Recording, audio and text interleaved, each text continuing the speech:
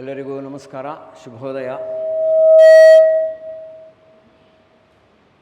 ಅಂತಾರಾಷ್ಟ್ರೀಯ ಯೋಗ ದಿನಾಚರಣೆಯ ಎಲ್ಲರಿಗೂ ಶುಭಾಶಯಗಳು. 2015ರಿಂದ ನಿರಂತರವಾಗಿ ಪ್ರತಿ ವರ್ಷ ಇದನ್ನು ನಡೆಸ್ಕೊಂಡು ಬಂದಿದ್ದೇವೆ. ಅದೇ ರೀತಿಯಲ್ಲಿ ಇವತ್ತು ಸೇರಿದ್ದೇವೆ. ಸಾಮಾನ್ಯವಾಗಿ ಜೂನ್ ತಿಂಗಳು ಅಂತಂದರೆ ಮಳೆ ಬರುತ್ತೆ, ಹಾಗಾಗಿ ಇಂಡೋರಲ್ಲೇ ಈ ಪ್ರೋಗ್ರಾಮನ್ನು ಮಾಡೋದು ಜಾಸ್ತಿ. ಯಾಕೆಂತಂದರೆ ಹೇಳೋಕ್ಕಾಗಲ್ಲ, ಪ್ರಕೃತಿಯೇ ಅದರ ಪಾಡಿಗೆ ಅದರ ಕೆಲಸ ಮಾಡುತ್ತೆ, ನಮ್ಮ ಕೆಲಸಕ್ಕೂ ಅಡ್ಡಿ ಆಗಬಾರ್ದು. ಹಾಗಾಗಿ ಇಂಡೋರ್ನಲ್ಲಿ ಮಾಡ್ತಾಯಿದ್ದೀವಿ. ಅಂದಿನಿಂದ ಇಂದಿನವರೆಗೆ ಬರ್ತಾ ಇರೋರು ಇದ್ದೀರಿ. ನಿರಾಮಯ ಪ್ರಾರಂಭದಿಂದ ಸೇರಿದವರು ಕೂಡ ಇವತ್ತಿಗೂ ನಮ್ಮ ಕ್ಲಾಸ್ ಜೊತೆಗೆ ಇದ್ದಾರೆ ಎಲ್ಲ. ಸೊ ಎಲ್ಲರೂ ಸೇರಿ ಇಲ್ಲಿನ ರಥಸಪ್ತಮಿ ಕಾರ್ಯಕ್ರಮ ಮತ್ತು ಇದು ಸಾಮೂಹಿಕವಾಗಿ ಕಾರ್ಯಕ್ರಮದಲ್ಲಿ ಮತ್ತು ರಾಮತೀರ್ಥ ಸೇವಾ ಫೌಂಡೇಶನ್ನ ಎಲ್ಲ ಚಟುವಟಿಕೆಗಳಲ್ಲಿ ಪಾಲ್ಗೊಂಡು ಕಾರ್ಯಕ್ರಮವನ್ನು ಯಶಸ್ವಿಗೊಳಿಸ್ತಾ ಇದ್ದಾರೆ. ತಮ್ಮೆಲ್ಲರಿಗೂ ಒಮ್ಮೆ ನಾನು ಸ್ವಾಗತ ಬಯಸಿ ಇವತ್ತಿನ ಅಂತಾರಾಷ್ಟ್ರೀಯ ಯೋಗ ದಿನಾಚರಣೆಯ ಕೆಲವು ಆಸನಗಳು ಮತ್ತು ಸಭಾ ಕಾರ್ಯಕ್ರಮ ಎಲ್ಲ ಆದಮೇಲೆ ಇಲ್ಲೇ ಉಪಹಾರದ ವ್ಯವಸ್ಥೆ ಇರುತ್ತೆ. ಎಲ್ಲರೂ ಇದ್ದು, ಹಾಗೂ ಇವತ್ತು ಭಾನುವಾರ ರವಿವಾರ ಆದ್ದರಿಂದ ಎಲ್ಲರೂ ಇದ್ದುಬಿಟ್ಟು ಎಲ್ಲ ಕಾರ್ಯಕ್ರಮದಲ್ಲಿ ಪಾಲ್ಗೊಳ್ಬೇಕಂತೇಳಿ ವಿನಂತಿಸ್ತೀನಿ. ನೇರವಾಗಿ ಕೂತ್ಕೊಳ್ಳಿ. Sit straight, close the eyes, slightly chin down,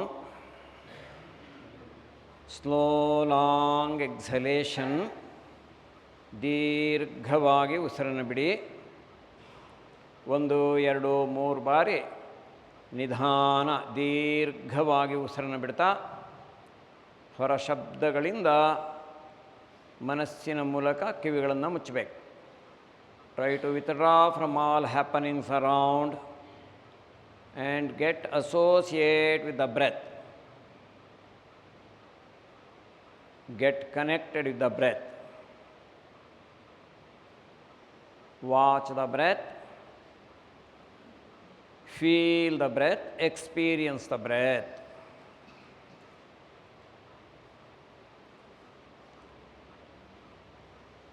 Soft breathing, smooth breathing, steady breathing, rhythmic breathing,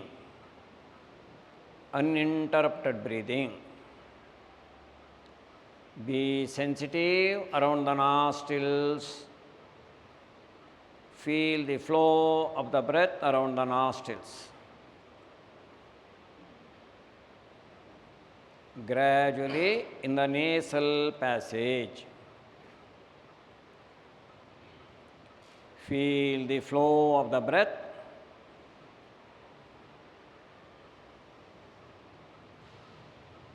Be sensitive around the nostrils. Try to feel the sensation around the nostrils. ಉಸಿರಾಟದಿಂದ ಉಂಟಾಗುವ ಸಂವೇದನೆಯನ್ನು ಮೂಗಿನ ದ್ವಾರದಲ್ಲಿ, ಮೂಗಿನ ಒಳಭಾಗದಲ್ಲಿ ಅನುಭವಿಸ್ಬೇಕು.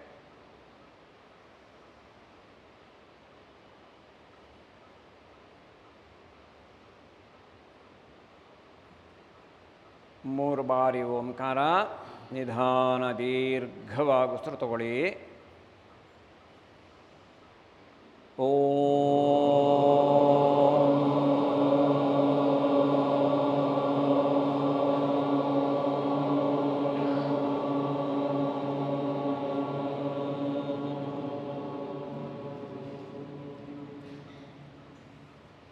Once again, take a deep breath.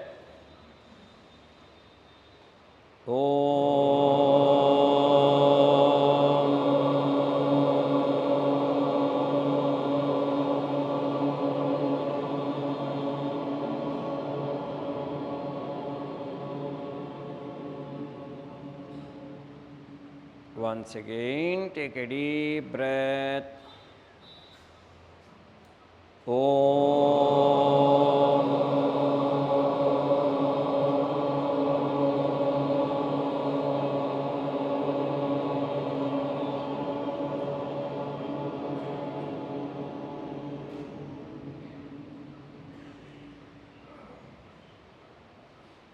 Patanjali ನಮನ.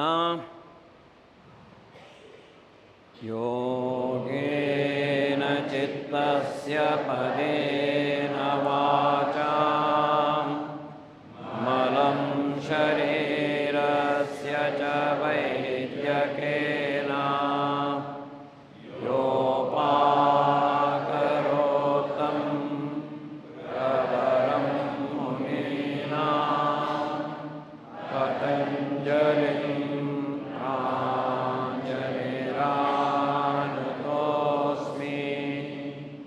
ಸರ್ವೇ ಭವಂತು ಸುಖಿನಃ ಸರ್ವೇ ಸಂತು ನಿರಾಮಯಾಃ ಸರ್ವೇ ಭದ್ರಾಣಿ ಪಶ್ಯಂತು ಮಾ ಕಶ್ಚಿತ್ ದುಃಖಭಾಗ್ ಭವೇತ್. ಓಂ ಶಾಂತಿ ಶಾಂತಿ ಶಾಂತಿ. Join the palms, bow the head. Breathe out, let us surrender completely within. Relax. Sit straight. Arms up. ಕೈ ಎರಡೂ ನೇರ ಮಾಡಿ. ಪರ್ವತಾಸನ. ಕೈ ನೇರ. Pressing the buttock, extending the back. Interlock the fingers, turn the palms. Straightening the elbows, pushing the wrist towards the ceiling. Exhale ಮಾಡ್ತಾ ಹೊಟ್ಟೆ ಒಳಗೆ ತಗೊಳ್ಳಿ.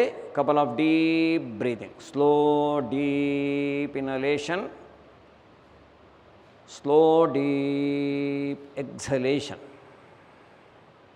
ಕೈ ನೇರ ಇರಬೇಕು. ಪ್ರತಿನಿತ್ಯ ಮಾಡ್ತಕ್ಕಂಥ ಅನೇಕ ಆಸನಗಳನ್ನು ಇವತ್ತು ಅಭ್ಯಾಸ ಮಾಡಲಾಗತ್ತೆ. Slowly arms down, relax. All of you ಸ್ವಸ್ತಿಕಾಸನದಲ್ಲಿ ಕೂತಿದ್ದೀರಿ. Turn to your right, to your right, turn to your right. Right hand behind, pushing the spine into the back, rotating the trunk with an exhalation. Breathe out ಮಾಡಿ.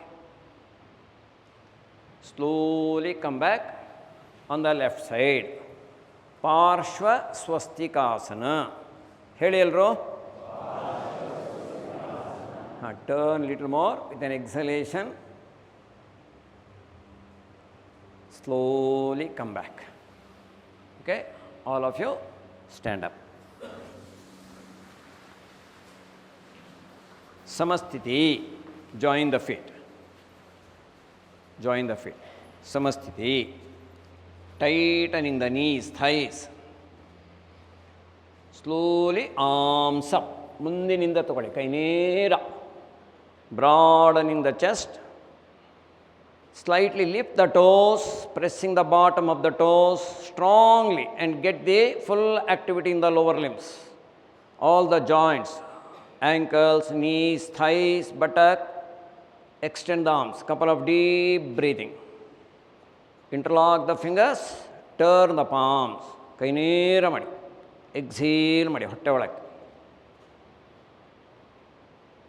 Slowly unlock the fingers. Arms down. ಹಾಗೇನೆ ಇವಾಗ ಉತ್ಕಟಾಸನ. ಹೇಳಿ ಎಲ್ಲರೂ. S. Arms up. ನೀವು ಹಾಗೆ ನಿಂತ್ಕೊಳ್ಳಿ. Join the palms or interlock the fingers and turn the palms. Slightly bend the knees, pushing the buttock back as if you are sitting on the chair. Keep your back straight. Go down little more. Slowly come up. Arms down. Relax. Okay, slightly feet apart. Right hand up. Right hand. ಬಲಗೈ. ಎಲ್ಲರದ್ದು ಬಲಗೈ. ಬಲಗೈ ನೇರ ಮೇಲಕ್ಕೆ. ನಿಧಾನವಾಗಿ ಎಡಕ್ಕೆ. ಅರ್ಧ ಕಟಿ ಚಕ್ರಾಸನ.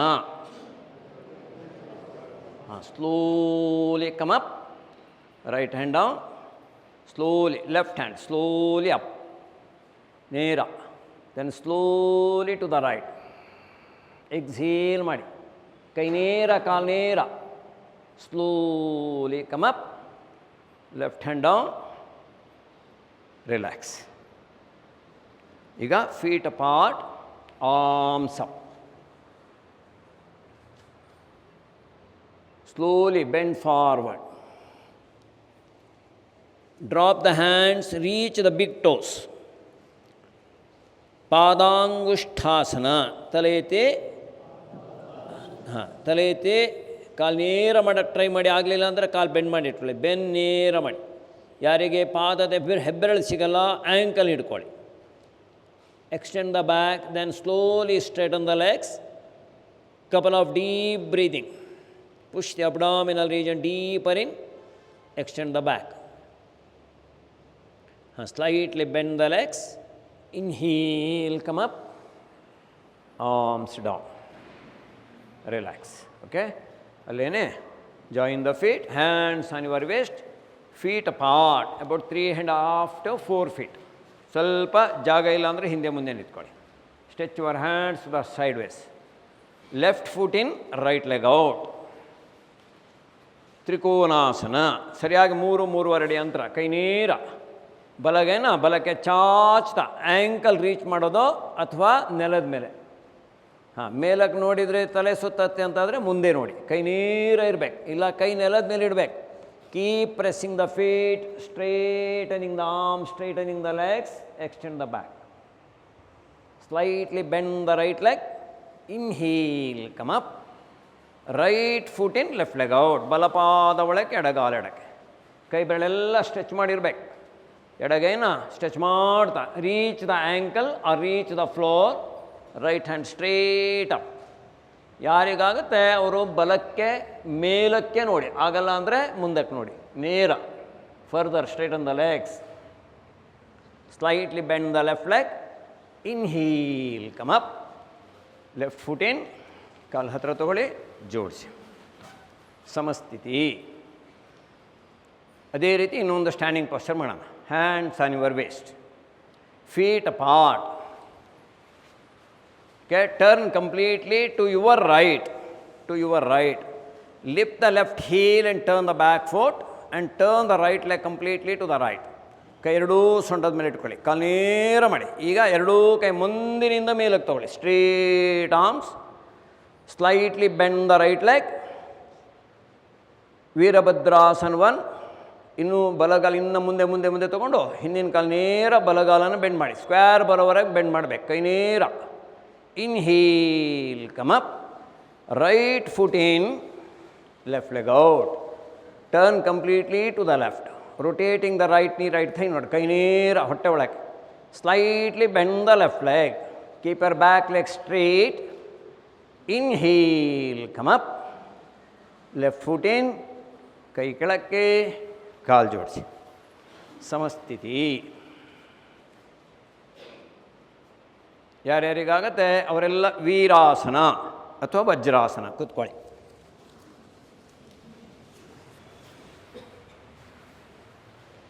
ಆಗಲ್ಲ ಆದರೆ ಸ್ವಸ್ತಿಕಾಸನ.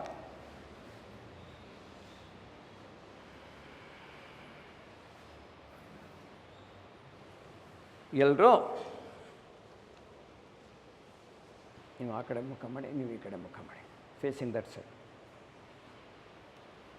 ಓಕೆ. ಎರಡೂ ಕೈನ ಪಾದದ ಮೇಲೆ ಇಟ್ಕೊಳ್ಳಿ.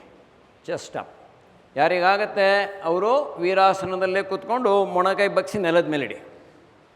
Head back. Drop the head. Be on your elbows. Lift the chest. ಹಾಗೇನೆ ನಾವು ಕೆಳಗೆ ಮಲಗಿ ತಲೆಯನ್ನು ನೆಲಕ್ಕೆ ಕೊಟ್ಟು ಕೈ ಮೇಲಕ್ಕೆ ತೊಗೊಂಡ್ರೆ ಪರ್ಯಂಕಾಸನ ಆಗುತ್ತೆ. ಇವತ್ತು ಈ ಸಾಮೂಹಿಕವಾಗಿ ಮಾಡುವಾಗ ಪರ್ಯಂಕಾಸನ ಬೇಡ. ಆದರೆ ಪರ್ಯಂಕಾಸನಕ್ಕೆ ಸ್ವಲ್ಪ ಹತ್ತಿರ ಇರುವ ಆಸನ ಇದು.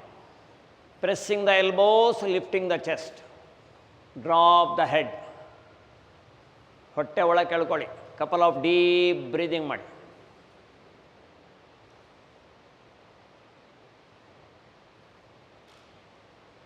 Slowly head up.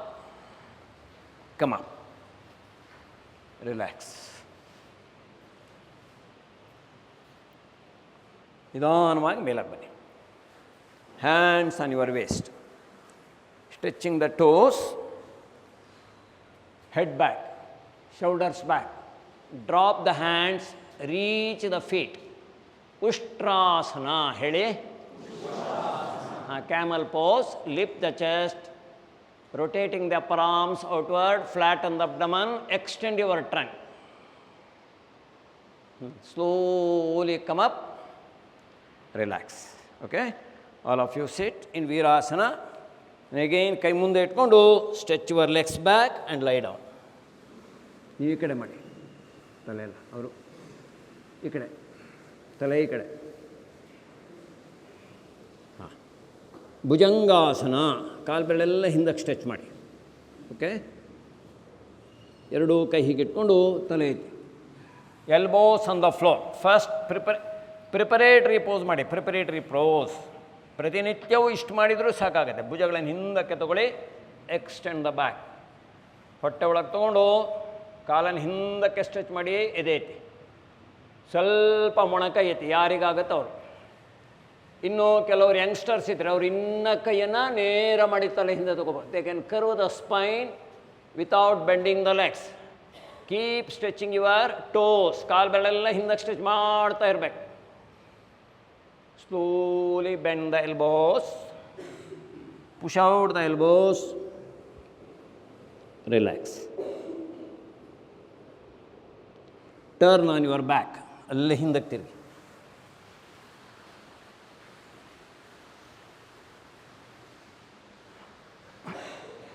ಎರಡೂ ಕಾಲು ಬೆಂಡ್ ಮಾಡಿ ಇಟ್ಕೊಳ್ಳಿ. Hold the right knee, pull the right knee towards the chest and stretch your left leg down. Ekapada Pavana Muktasana. Slowly change the leg. ಎರಡೂ ಕಾಲು ಬೆಂಡ್ ಮಾಡಿ ಫಸ್ಟ್ ಎಡಗಾಲನ್ನು ಎಳೆದು ಹಿಡ್ಕೊಳ್ಳಿ. ಹಿಡ್ಕೊಂಡ್ಮೇಲೆ ಆಮೇಲೆ ಬಲಗಾಲ ನೇರ ಮಾಡಿ. Stretch the right leg, pull the left knee towards the chest. Slowly come back. Turn to your right and come up and sit. ನೇರಗಳು ಕಾಲು ಸ್ಟ್ರೆಚ್ ಮಾಡಿ. Dandasana.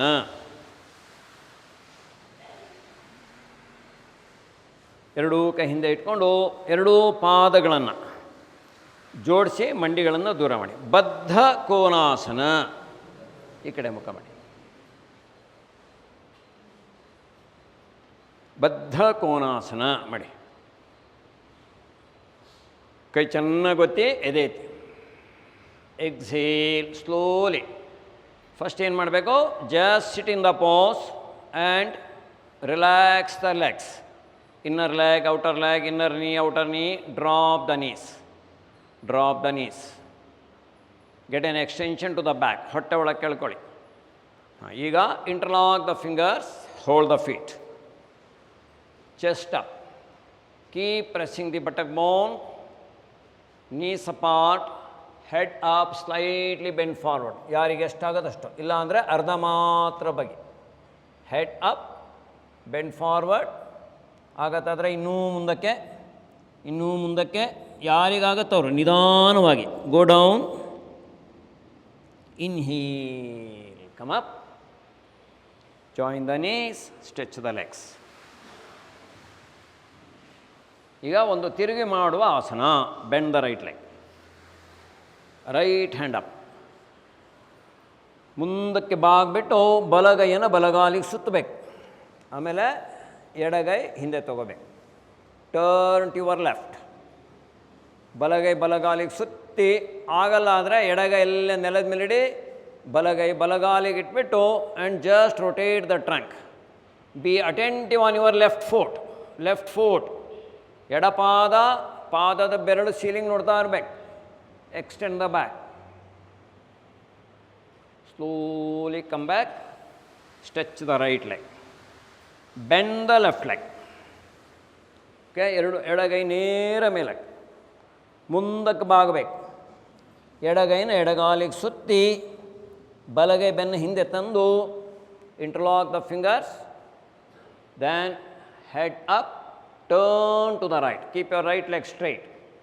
Rotating the trunk with an exhalation. Slowly come back. Stretch your left leg. Relax. Okay? Ellaru bend the right leg. ಜಾನು ಶೀರ್ಷಾಸನ ಹೇಳಿ. ಹಾಂ, ಎಡಗೈ ಇಲ್ಲಿ ಪಕ್ಕದಲ್ಲಿಡಿ, ಬಲಗೈ ಮೇಲಕ್ಕೆ stretch ಮಾಡಿ. Extend the back, keep your left leg straight, bend forward, reach the left foot or ankle. ಆಗಲ್ಲ ಆದರೆ just ಹಿಡ್ಕೊಂಡು ನೇರ ಕೂತ್ಕೊಳ್ಳಿ. Extend the back, bend the right elbow, bend forward. ಯಾರಿಗೆ ಸಿಗತ್ತೆ ಅವ್ರ ಪಾದ ಹಿಡ್ಕೊಳ್ಳಿ. ತಲೆ ಎತ್ತಿ, bend the elbows and bend forward. Exhale ಮಾಡ್ತಾ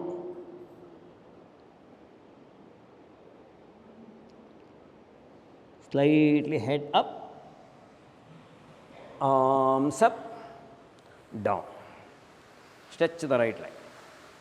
Bend the left leg. ಈಗ ಬಲಗೈ ಇಲ್ಲಿ ಬಲಗಡೆ ಇಟ್ಕೊಂಡು ಎಡಗೆ ಮೇಲಕ್ಕೆ. ಇದೆಲ್ಲ ನಾವು ಗುಂಪಲ್ಲಿ ಏಜ್ ಗ್ರೂಪು ಬೇರೆ ಬೇರೆ ಇರುತ್ತೆ. ಆದ್ದರಿಂದ ಸುಲಭವಾಗಿ ಹೇಗೆ ಮಾಡೋದು ಅದನ್ನು ಮಾತ್ರ ಮಾಡೋದು. ಇಲ್ಲ, ಮಾಡೋ ಸಿಸ್ಟಮ್ ಬೇರೆ ಇದೆ. ಯಾರು ಕೈ ನೆಲದ ಮೇಲೆ ಇಡಲ್ಲ, ಹಾಗೆ ನೇರವಾಗಿ ಹೋಗಬೇಕು. ಈಗ ಸದ್ಯಕ್ಕೆ ಸುಲಭವಾಗಿ ಮಾಡುವಂಥ ರೀತಿಯಲ್ಲಿ. ಕಮಾನ್, extend, bend forward, reach the foot, right hand by the side and extend the back. Further bend forward, bend forward. ಯಾರಿಗಾಗತ್ತೆ ಅವರು ಎರಡೂ ಕೈಯಿಂದ ಪಾದ ಹಿಡ್ಕೊಳ್ಳಿ. ತಲೆ ಎತ್ತಿ ಗದ್ದವನ್ನು ಮಂಡಿಗೆ ಟಚ್ ಮಾಡೋಕ್ಕೆ ಟ್ರೈ ಮಾಡಿ. ಕಾಲು ನೇರ ಇರಬೇಕು, ಬಲಗಾಲು. Slowly head up, arms up, down. ಎರಡೂ ಕಾಲು ನೇರ, ಪಾದ ಜೋಡಿಸಿ. ಪಶ್ಚಿಮೋತ್ಥಾನಾಸನ ಹೇಳಿ. Arms up, head up, slowly bend forward. Keep joining the inner ankles. Drop the hands. Reach the feet. Reach the ankles. First bend ನೇರ ಮಾಡಿ, ಮಂಡಿ ಟೈಟ್ ಮಾಡಿ, ತೊಡೆ ಬಿಗಿ ಮಾಡಿ, ಹೊಟ್ಟೆ ಒಳಗೆ ತೊಗೊಳ್ಳಿ. ಯಾರಿಗಾಗುತ್ತವರು ಮೊಣಕೈ ಬಗ್ಸ್ಬಿಟ್ಟು ಸ್ವಲ್ಪ ಮುಂದಕ್ಕೆ ಹೋಗಿ. ಇನ್ನೂ ಯಾರಿಗಾಗುತ್ತೆ ಇನ್ನೂ ಮುಂದಕ್ಕೆ ಹೋಗಿ. Further extend the back, exhale, go down, down, drop the head.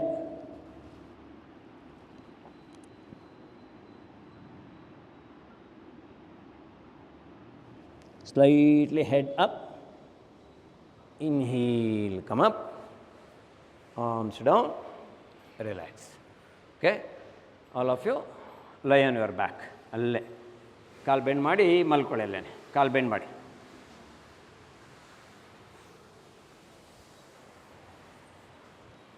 ಎರಡೂ ಮಂಡಿ ಎಳ್ಕೊಳ್ಳಿ.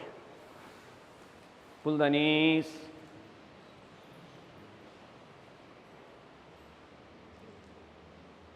ನಿಧಾನ ಉಸಿರು ಬಿಡಿ, ಹೊಟ್ಟೆ ಒಳಗೆ ತೊಗೊಳ್ಳಿ.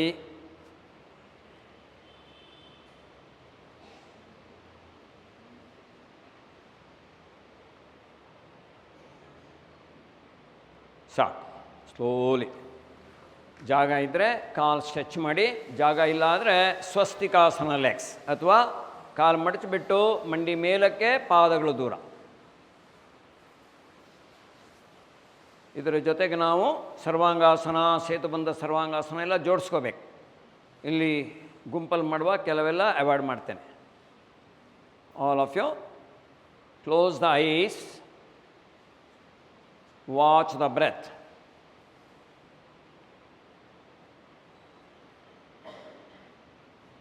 Slow long exhalation. ನಿಧಾನ ದೀರ್ಘವಾಗಿ ಉಸಿರನ್ನು ಬಿಡಿ. While exhalation, withdraw from all happenings around and get associated with the breath. Get connected with the breath. ಸಿರಾಟವನ್ನೇ ಗಮನಿಸಿ.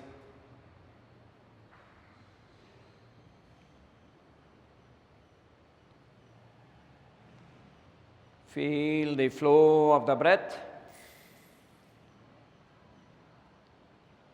Gradually slow down the breath.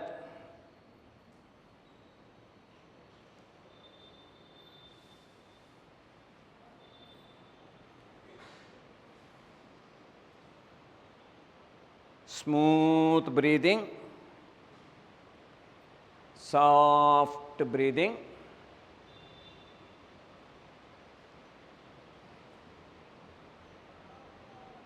Completely slow down the breath. Reach the state of not feeling the breath.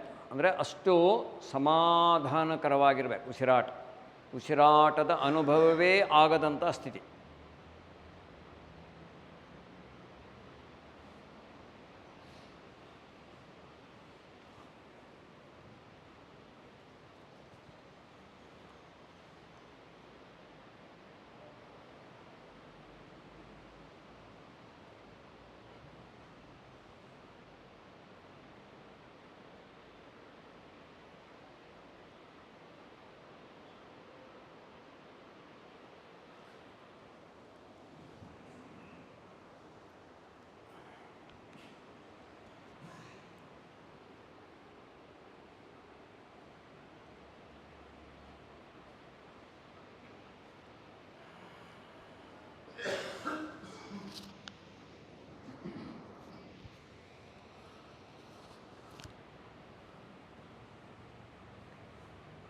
Feel the flow of the breath. Feel the toes, fingers. Slowly bend the legs. ಕಾಲುಗಳನ್ನು ಮಡಚಿ ನಿಧಾನ ಬಲಕ್ಕೆ ತಿರುಗಿ ಎದ್ದು ಕೂತ್ಕೊಳ್ಳಿ. ನೇರವಾಗಿ ಕೂತ್ಕೊಳ್ಳಿ. Just sit straight. Close the eyes. ನಿಧಾನ ದೀರ್ಘವಾಗಿ ಉಸಿರನ್ನು ಬಿಡ್ತಾ ಮತ್ತೆ ನಮ್ಮ ಮನಸ್ಸನ್ನು ಉಸಿರಾಟದ ಕಡೆಗೆ ತೆಗೆದುಕೊಂಡು ಹೋಗಬೇಕು. Turn the palms facing upward. Place it on your knees or on the thighs. Keep your back straight. ಬೆನ್ನು ನೇರ ಇರಲಿ, ಭುಜಗಳು ಸಡಿಲವಾಗಿರಲಿ, ಮುಖ ಪ್ರಸನ್ನವಾಗಿರಲಿ, ಶಾಂತವಾಗಿರಲಿ. ಉಸಿರಾಟವನ್ನೇ ಗಮನಿಸಿ.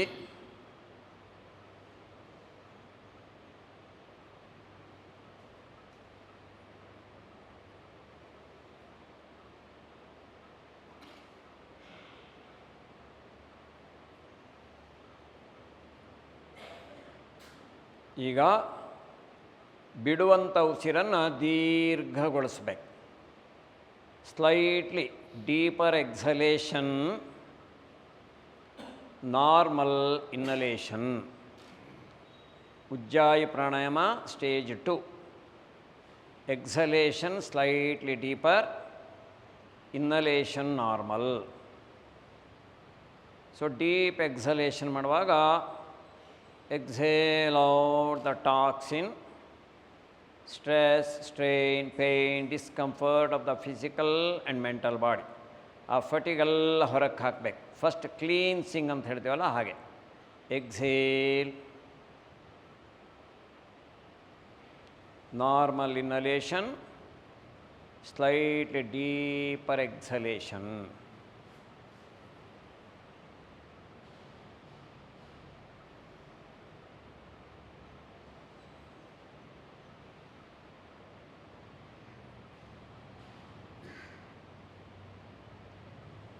Back to normal breathing, recovery breathing.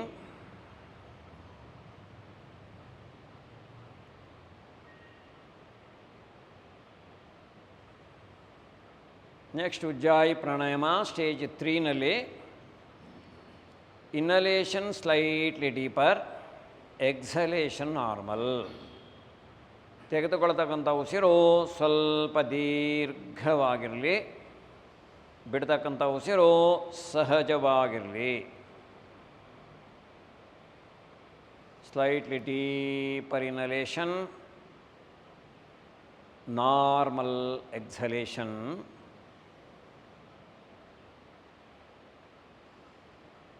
Every inhalation carries the energy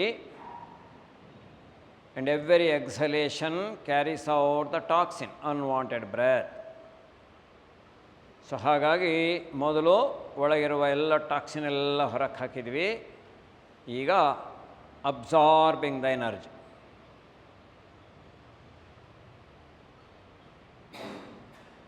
ಮೈಂಡ್ಫುಲಿ smooth breathing, soft breathing.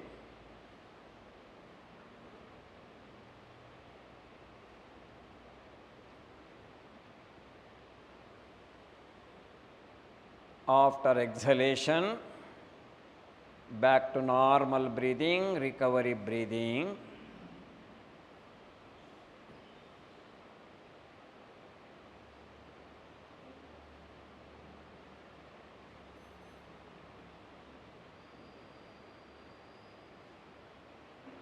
ಹಾಗೆ ನಮ್ಮ regular ಕ್ಲಾಸಲ್ಲಿ ಬೇಕಾದಷ್ಟು ಪ್ರಾಣಾಯಾಮದ ಅಭ್ಯಾಸ ಮಾಡಿಸಿದ್ದೀವಿ. ಇಲ್ಲಿ ಇವತ್ತು ಸಾಂಕೇತಿಕವಾಗಿ ಮಾಡುವಂಥದ್ದು. ಈಗ ಭ್ರಾಮರಿ ಪ್ರಾಣಾಯಾಮ. ಭ್ರಾಮರಿ ಕಿವಿಗಳನ್ನು ಮೃದುವಾಗಿ ಮುಚ್ಚಬೇಕು, ಅಥವಾ ಷಣ್ಮುಖಿ ಮುದ್ರೆ ಗೊತ್ತಿದ್ರೆ ಅದನ್ನು ಮಾಡೋದು. ಮೃದುವಾಗಿ ಹಮ್ಮಿಂಗ್ ಸೌಂಡ್ ಮಾಡಬೇಕು, ನಮ್ಮ ಮಾತ್ರ ಕೇಳಬೇಕು. ಆ ಥರ 5 round. Just close the ears or do it, go for Shanmukhi Mudra.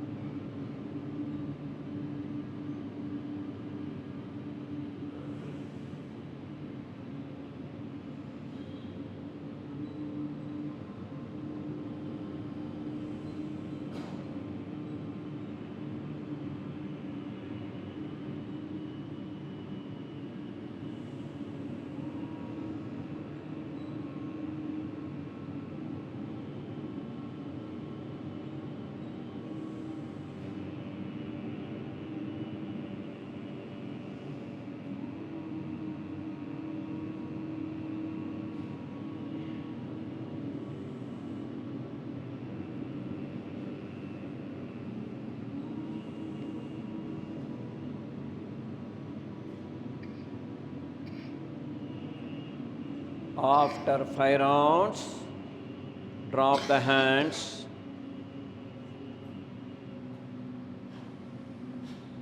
Listen to the humming sound. ಆ ಮಕಾರದಿಂದ ಉಂಟಾಗಿರುವ ಕಂಪನವನ್ನು ಅನುಭವಿಸ್ಬೇಕು. ಅದರಿಂದ ಉಂಟಾಗುವ ಮೃದುತ್ವವನ್ನು ಅನುಭವಿಸ್ಬೇಕು ಮಿದುಳಿನಲ್ಲಿ. Feel the vibration within. Feel the soothing effect in the brain. And feel the calmness, quietness.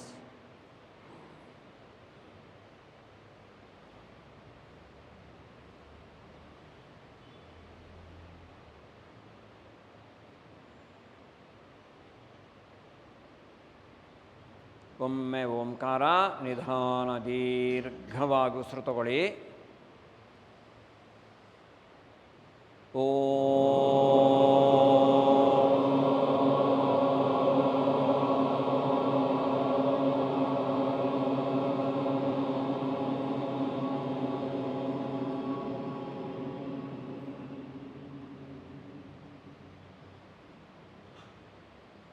ಓಂಕಾರದಿಂದ ಉಂಟಾಗುವ ಕಂಪನವನ್ನು ಅನುಭವಿಸ್ಬೇಕು. ಮತ್ತೊಮ್ಮೆ ನಿಧಾನವಾಗಿ ಉಸಿರು ತಗೊಳ್ಳಿ.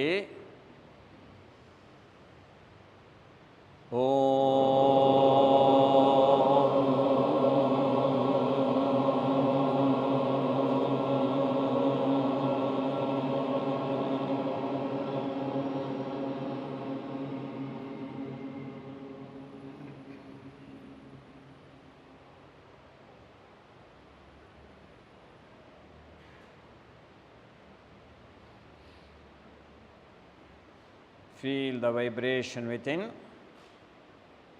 Slowly try to feel the inner silence, quietness, calmness.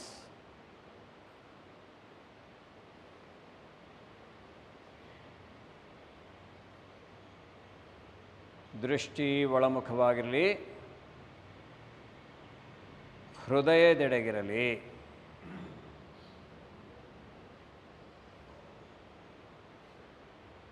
Look at the heart, gaze at the heart, feel the heart.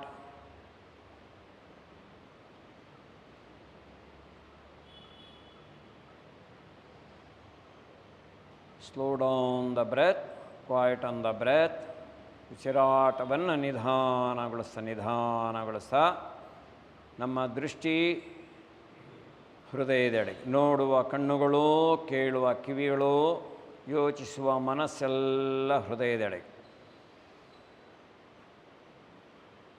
ಹೃದಯ ಕೇವಲ ಶರೀರದ ಒಂದು ಭಾಗ ಮಾತ್ರ ಅಲ್ಲ, ಅದು ಹೃದಯ ಕಮಲ. ಅಲ್ಲಿ ಅಂತರಾತ್ಮನಿದ್ದಾನೆ. ಅಲ್ಲಿ ಅನಂತ ಪ್ರೇಮವಿದೆ, ವಿಶ್ವ ಪ್ರೇಮವಿದೆ. ಅಲ್ಲಿ ಅನಂತ ಶಕ್ತಿ ಇದೆ.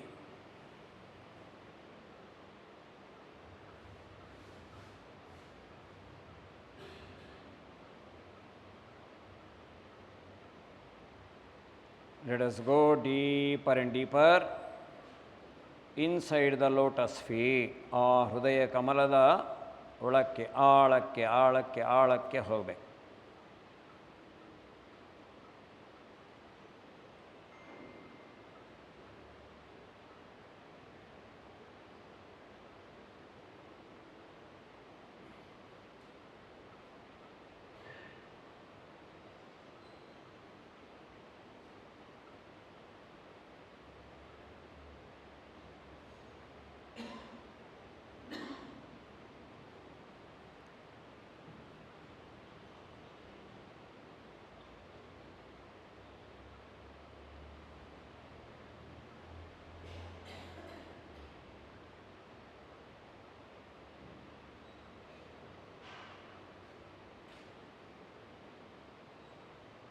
ಒಮ್ಮೆ ಓಂಕಾರ ನಿಧಾನ ದೀರ್ಘವಾಗಿ ಉಸಿರು ತಗೊಳ್ಳಿ.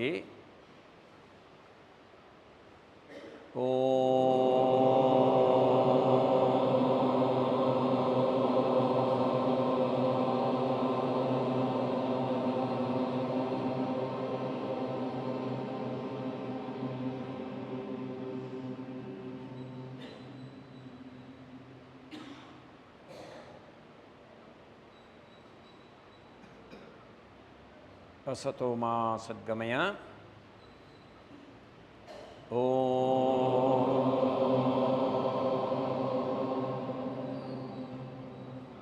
असतो मा सद्गमय तमसो मा ज्योतिर्गमय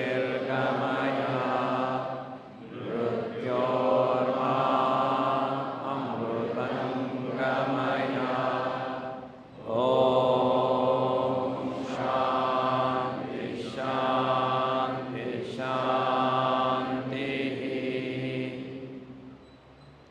Join the palms, bow the head, let us surrender completely within. Gently rub the palms, feel the palms over the eyes, eyebrows, then slowly open the eyes. Relax. ಧನ್ಯವಾದಗಳು. ಇನ್ನೊಂದು 15-20 ನಿಮಿಷ ಕಾರ್ಯಕ್ರಮ ಇರುತ್ತೆ. ಅಲ್ಲಿ ಹಿಂದುಗಡೆ ಹಾಲಲ್ಲಿ ಇದ್ದವ್ರು ಎಲ್ಲ ಸ್ವಲ್ಪ ಮುಂದೆ ಬಂದು ಕೂತ್ಕೊಳ್ಳಿ. ಸಭಾ ಕಾರ್ಯಕ್ರಮ ಇದೆ. ಮುಖ್ಯ ಅತಿಥಿಗಳು ಆಗಲೇ ಬಂದಿದ್ದಾರೆ. ಇಡೀ ನಮ್ಮ ಕ್ಲಾಸ್ ನೋಡಿದ್ದಾರೆ ಇವತ್ತು. ಸೊ ಆ ಕಡೆ ಹಾಲಲ್ಲಿದ್ದವರೆಲ್ಲ ಈ ಕಡೆ ಬನ್ನಿ, ಸ್ವಲ್ಪ ಮುಂದೆ ಬಂದು ಕೂತ್ಕೊಳ್ಳಿ.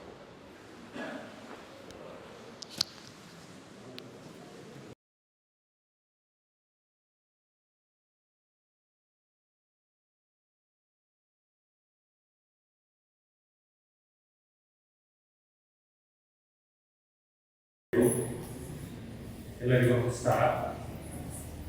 ಅಂತಾರಾಷ್ಟ್ರೀಯ ಯೋಗ ದಿನದ ಶುಭಾಶಯಗಳು ಮತ್ತು ಅಭಿನಂದನೆಗಳು ಕೂಡ. ಯಾಕೆ ಅಂತ ಹೇಳಿದ್ರೆ, ಗುರುಗಳ ಮಾರ್ಗದರ್ಶನದಲ್ಲಿ ಸುಮಾರು 35 ನಿಮಿಷಗಳ ಕಾಲ ಆಸನ ಮತ್ತು ಪ್ರಾಣಾಯಾಮವನ್ನು ಅಭ್ಯಾಸ ಮಾಡಿದ್ದೇವೆ. ಹಾಗಾಗಿ ಅರ್ಥಪೂರ್ಣವಾಗಿ ಆಚರಿಸಿದ್ದೇವೆ. ಹಾಗಾಗಿ ನಿಮ್ಮೆಲ್ಲರಿಗೂ ಕೂಡ ಅಭಿನಂದನೆಗಳನ್ನು ಸಲ್ಲಿಸ್ತಾ ಈಗ ಈ ಸಭಾ ಕಾರ್ಯಕ್ರಮಕ್ಕೆ ಸ್ವಾಗತವನ್ನು ಕೋರ್ತಾ ಇದ್ದೇನೆ. ಇವತ್ತು ಅಂತಾರಾಷ್ಟ್ರೀಯ ಯೋಗ ದಿನ. ಯೋಗ ಎಂಬತಕ್ಕಂಥ ಪದದ ಅರ್ಥ, ವ್ಯಾಪ್ತಿ, ಹಿರಿಮೆ ಮತ್ತು ಕಡಿಮೆಗಳು ಬಹಳ ದೊಡ್ಡ. ಯಾರಾದರೂ ಯೋಗದಲ್ಲಿ ಏನಿದೆ ಅಂತ ಕೇಳಿದ್ರೆ, ಯೋಗದಲ್ಲಿ ಏನಿಲ್ಲ ಎಂಬತಕ್ಕಂಥ ಪ್ರತಿ ಪ್ರಶ್ನೆಯೇ ಅದಕ್ಕೆ ಉತ್ತರ. ಯಾಕೆ ಅಂತ ಹೇಳಿದ್ರೆ, ಒಂದು ಯೋಚನೆ ಮಾಡಿ, ಉಪನಿಷತ್ ಕಾಲದಲ್ಲಿ ಪ್ರಾರಂಭವಾಗಿರ್ತಕ್ಕಂಥದ್ದು 21ನೇ ಶತಮಾನ ಇವತ್ತಿಗೂ ಕೂಡ ಯೋಗ ಜನಪ್ರಿಯವಾಗಿದೆ, ಪ್ರಚಲಿತವಾಗಿದೆ, ಜೀವಂತವಾಗಿದೆ, ಬಳಕೆಯಲ್ಲಿದೆ ಅಂತ ಹೇಳಿದ್ರೆ ಆದರೆ ಹಿರಿಮೆ ಮತ್ತು ಗರಿಮೆಗೆ ಅದಕ್ಕಿಂತ ಬೇರೆ ಆಗಿರ್ತಕ್ಕಂಥ ಸಾಕ್ಷ್ಯ ಬೇಕು. ಉಪನಿಷತ್ ಕಾಲದಲ್ಲಿ ಯೋಗ ಅಂತ ಹೇಳಿದ್ರೆ ಮಾನವನ ಪರಮ ಪುರುಷಾರ್ಥವಾಗಿರ್ತಕ್ಕಂಥ ಮೋಕ್ಷ ಸಾಧನೆಗೆ ಬೇಕಾಗಿರ್ತಕ್ಕಂಥ ಮಾರ್ಗೋಪಾಯ ಎಂಬತಕ್ಕಂಥ ಕಾನ್ಸೆಪ್ಟ್ ಇಂದ ಹಿಡಿದು ಇವತ್ತು ಶಾರೀರಿಕ ದಾರ್ಢ್ಯತೆ, ಮಾನಸಿಕ ಸ್ವಾಸ್ಥ್ಯ, ಯಶಸ್ವಿ ಜೀವನಕ್ಕೆ ಬೇಕಾಗಿ ಅತ್ಯಗತ್ಯವಾಗಿರ್ತಕ್ಕಂಥ ದೈನಂದಿನ ಚಟುವಟಿಕೆ ಅನ್ನುವಲ್ಲಿವರೆಗೆ ಯೋಗದ ಅರ್ಥ ಮತ್ತು ವ್ಯಾಪ್ತಿ ಹರಡಿದೆ. ಇವತ್ತು ಮೆಡಿಕಲ್ ಸೈನ್ಸ್ ಅಲ್ಲಿ ಇರ್ತಕ್ಕಂಥ ಎಕ್ಸ್ಪರ್ಟ್ಸ್ ಅನ್ನು ಒಂದ್ಸಲ ಮಾತಾಡಿಸ್ಬೋದು.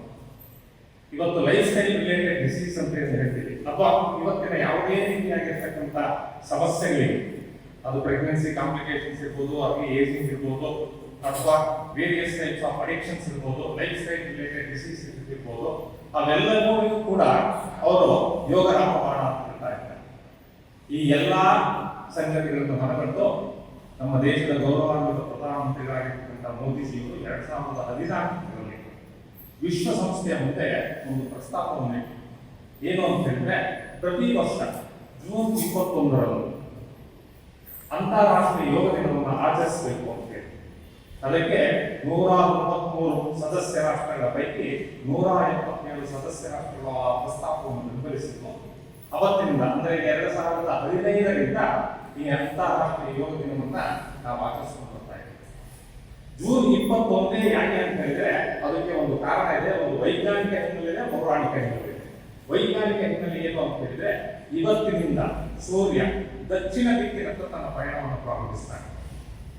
ಹಾಗೆ ಭೂಲೋಕಕ್ಕೆ ಯೋಗವನ್ನು ಪರಿಚಯ ಮಾಡಿದ್ದು ಶಿವ ಮಹಾದೇವ. ಹಾಗಾಗಿ ಶಿವನನ್ನ ಆದಿಯೋಗಿ ಅಂತ ಹೇಳ್ತಾರೆ. ಅವರು ಇವತ್ತು ಅಂದ್ರೆ ದಕ್ಷಿಣಾಯನದ ಪರ್ವಕಾಲದಲ್ಲಿ ಹಿಮಾಲಯದ ತಪ್ಪಲಿನಲ್ಲಿ ಸಪ್ತರ್ಷಿಗಳಿಗೆ ಯೋಗವನ್ನು ಹೇಳಿಕೊಟ್ಟು ಅದರ ಮೂಲಕ ಯೋಗವನ್ನು ಭೂಲೋಕಕ್ಕೆ ಪರಿಚಯ ಮಾಡಿಕೊಟ್ಟ. ಮುಂದಿನ 6 ತಿಂಗಳ ಕಾಲ ಮತ್ತು ಉತ್ತರಾಯಣ ಕಾಲಕ್ಕೆ ಸಪ್ತರ್ಷಿಗಳು ಇಡೀ ದೇಶದಾದ್ಯಂತ ಸಂಚರಿಸಿ ಯೋಗವನ್ನು ಪ್ರಚಾರ ಮಾಡಿದ್ದಾರೆ.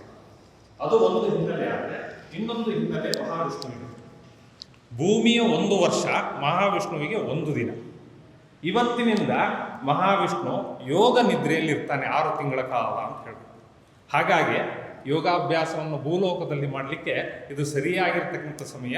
ಅಂದರೆ ಯೋಗಾಭ್ಯಾಸವನ್ನು ಪ್ರಾರಂಭ ಮಾಡಲಿಕ್ಕೆ ಮತ್ತೆ ಕಂಟಿನ್ಯೂ ಮಾಡಲಿಕ್ಕೆ ಸರಿಯಾಗಿರ್ತಕ್ಕಂಥ ಸಮಯ ಅಂತ ಹೇಳಿ ಒಂದು ಪೌರಾಣಿಕ ಹಿನ್ನೆಲೆ. 2015 ಮೊದಲನೇ ಅಂತಾರಾಷ್ಟ್ರೀಯ ಯೋಗ ದಿನ ಪ್ರಾರಂಭ ಆಯಿತು. ಹಾಗಾಗಿ ಈ ವರ್ಷ ಅದಕ್ಕೆ 12ನೇ ವರ್ಷದ ಸಂಭ್ರಮ.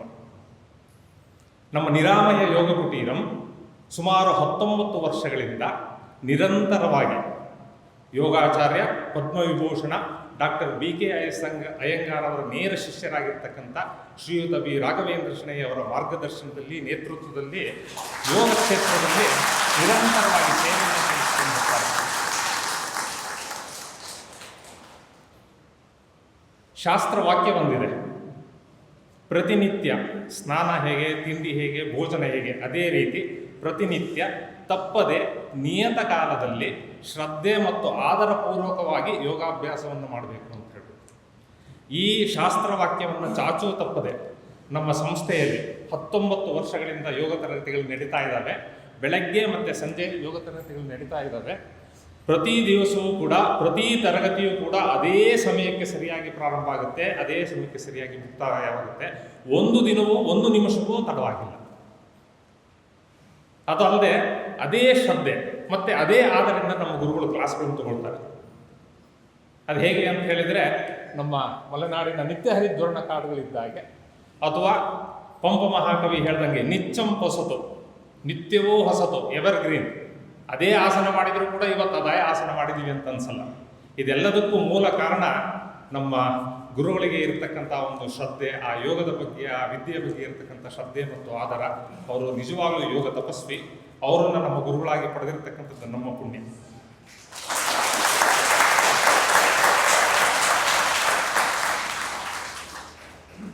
ಇವತ್ತು ನಮ್ಮ ಸಭಾ ಕಾರ್ಯಕ್ರಮಕ್ಕೆ ಮುಖ್ಯ ಅಭ್ಯಾಗತರಾಗಿ ಬಂದಿರತಕ್ಕಂಥವರು ಡಾಕ್ಟರ್ HN ವೆಂಕಟೇಶ್ ಪ್ರಸನ್ನ ಅಂತ ಹೇಳಿ. ಅವರು ಕರ್ನಾಟಕ ರಾಜ್ಯ ಪೊಲೀಸ್ ಇಲಾಖೆ ಕಂಡಿರ್ತಕ್ಕಂಥ ಅತ್ಯಂತ ದಕ್ಷ, ನಿಷ್ಠಾವಂತ ಅಧಿಕಾರಿ. ಅದರ ಜೊತೆಗೆ ಅವರದ್ದು ಅತ್ಯಂತ ಅಪೂರ್ವವಾಗಿರ್ತಕ್ಕಂಥ, ವಿಶಿಷ್ಟವಾಗಿರ್ತಕ್ಕಂಥ ವ್ಯಕ್ತಿತ್ವ ಕೂಡ. ಅವರದ್ದು ಪ್ರೊಫೈಲು ತುಂಬ ದೊಡ್ಡದಿದೆ. ನಾನು ಅದನ್ನು ಆದಷ್ಟು ಸಂಕ್ಷಿಪ್ತವಾಗಿ ನಿಮಗೆ ಹೇಳಲಿಕ್ಕೆ ಪ್ರಯತ್ನ ಮಾಡ್ತೇನೆ. ಮೂಲತಃ ಶೃಂಗೇರಿಯವರು, ಶೃಂಗೇರಿ ಹತ್ರ ಕಿಗ್ಗ ಅಂತೇಳಿ ಋಷ್ಯಶೃಂಗ ಮಹಾಸ್ವಾಮಿಯ ಕ್ಷೇತ್ರ, ಅಲ್ಲಿಯವರು ಕೃಷಿಕ ಕುಟುಂಬದವರು. ಅವರಿಗೂ ಯೋಗಕ್ಕೂ ವಿದ್ಯಾರ್ಥಿ ದೆಸೆಯಿಂದಲೇ ನಂಟು. ಯಾಕೆ ಅಂತ ಹೇಳಿದರೆ ಅವರು TCH ಹಾಗೂ ಯೋಗ ಶಿಕ್ಷಣ ಪಡೆದಿರ್ತಕ್ಕಂಥದ್ದು ಮಲ್ಲಾಡಿಹಳ್ಳಿಯಲ್ಲಿ. TCH ಆದ ಮೇಲೆ ಅವರು ಪ್ರಾಥಮಿಕ ಶಾಲಾ ಶಿಕ್ಷಕರಾಗಿ ತಮ್ಮ ವೃತ್ತಿಯನ್ನು ಪ್ರಾರಂಭಿಸಿದರು. ಆಮೇಲೆ ಅವರು ಗ್ರಾಫ್ ನೋಡಿ, ಇದು ನಿಜವಾಗ್ಲೂ ಯೋಗ ಸಾಧನೆ ಇದ್ದಾಗೆ. TCH ಮಾಡಿ ಶಿಕ್ಷಕರಾದ ಮೇಲೆ BA ಮಾಡಿ, B.Ed ಮಾಡಿ, MA ಕನ್ನಡದಲ್ಲಿ ಮಾಡಿ, ಕೊನೆಗೆ ಕರ್ನಾಟಕ ರಾಜ್ಯದಲ್ಲಿ ಸ್ವಾತಂತ್ರ್ಯ ಪೂರ್ವದಲ್ಲಿ ಇರತಕ್ಕಂಥ ಪೊಲೀಸ್ ವ್ಯವಸ್ಥೆ ಎಂಬತಕ್ಕಂಥ ಮಹಾಪ್ರಬಂಧವನ್ನು ಹಂಪಿ ವಿಶ್ವವಿದ್ಯಾಲಯಕ್ಕೆ ಮಂಡಿಸಿ ಡಾಕ್ಟರೇಟ್ ಪದವಿಯನ್ನು ಪಡೆದಿದ್ದಾರೆ.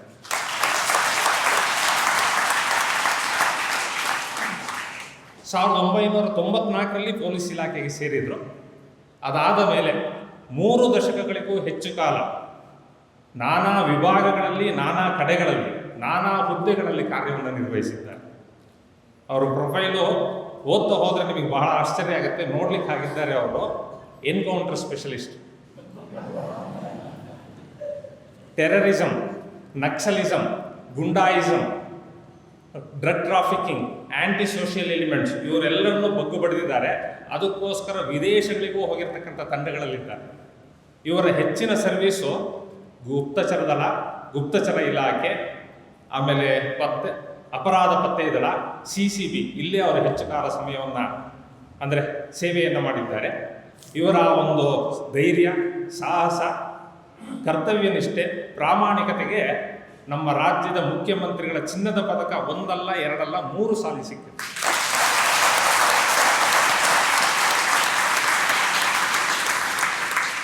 ಅದರ ಜೊತೆಗೆ ರಾಷ್ಟ್ರಪತಿಗಳ ಮೆರಿಟೋರಿಯಸ್ ಪದಕವೂ ಕೂಡ ಅವರಿಗೆ ದಕ್ಕಿದೆ.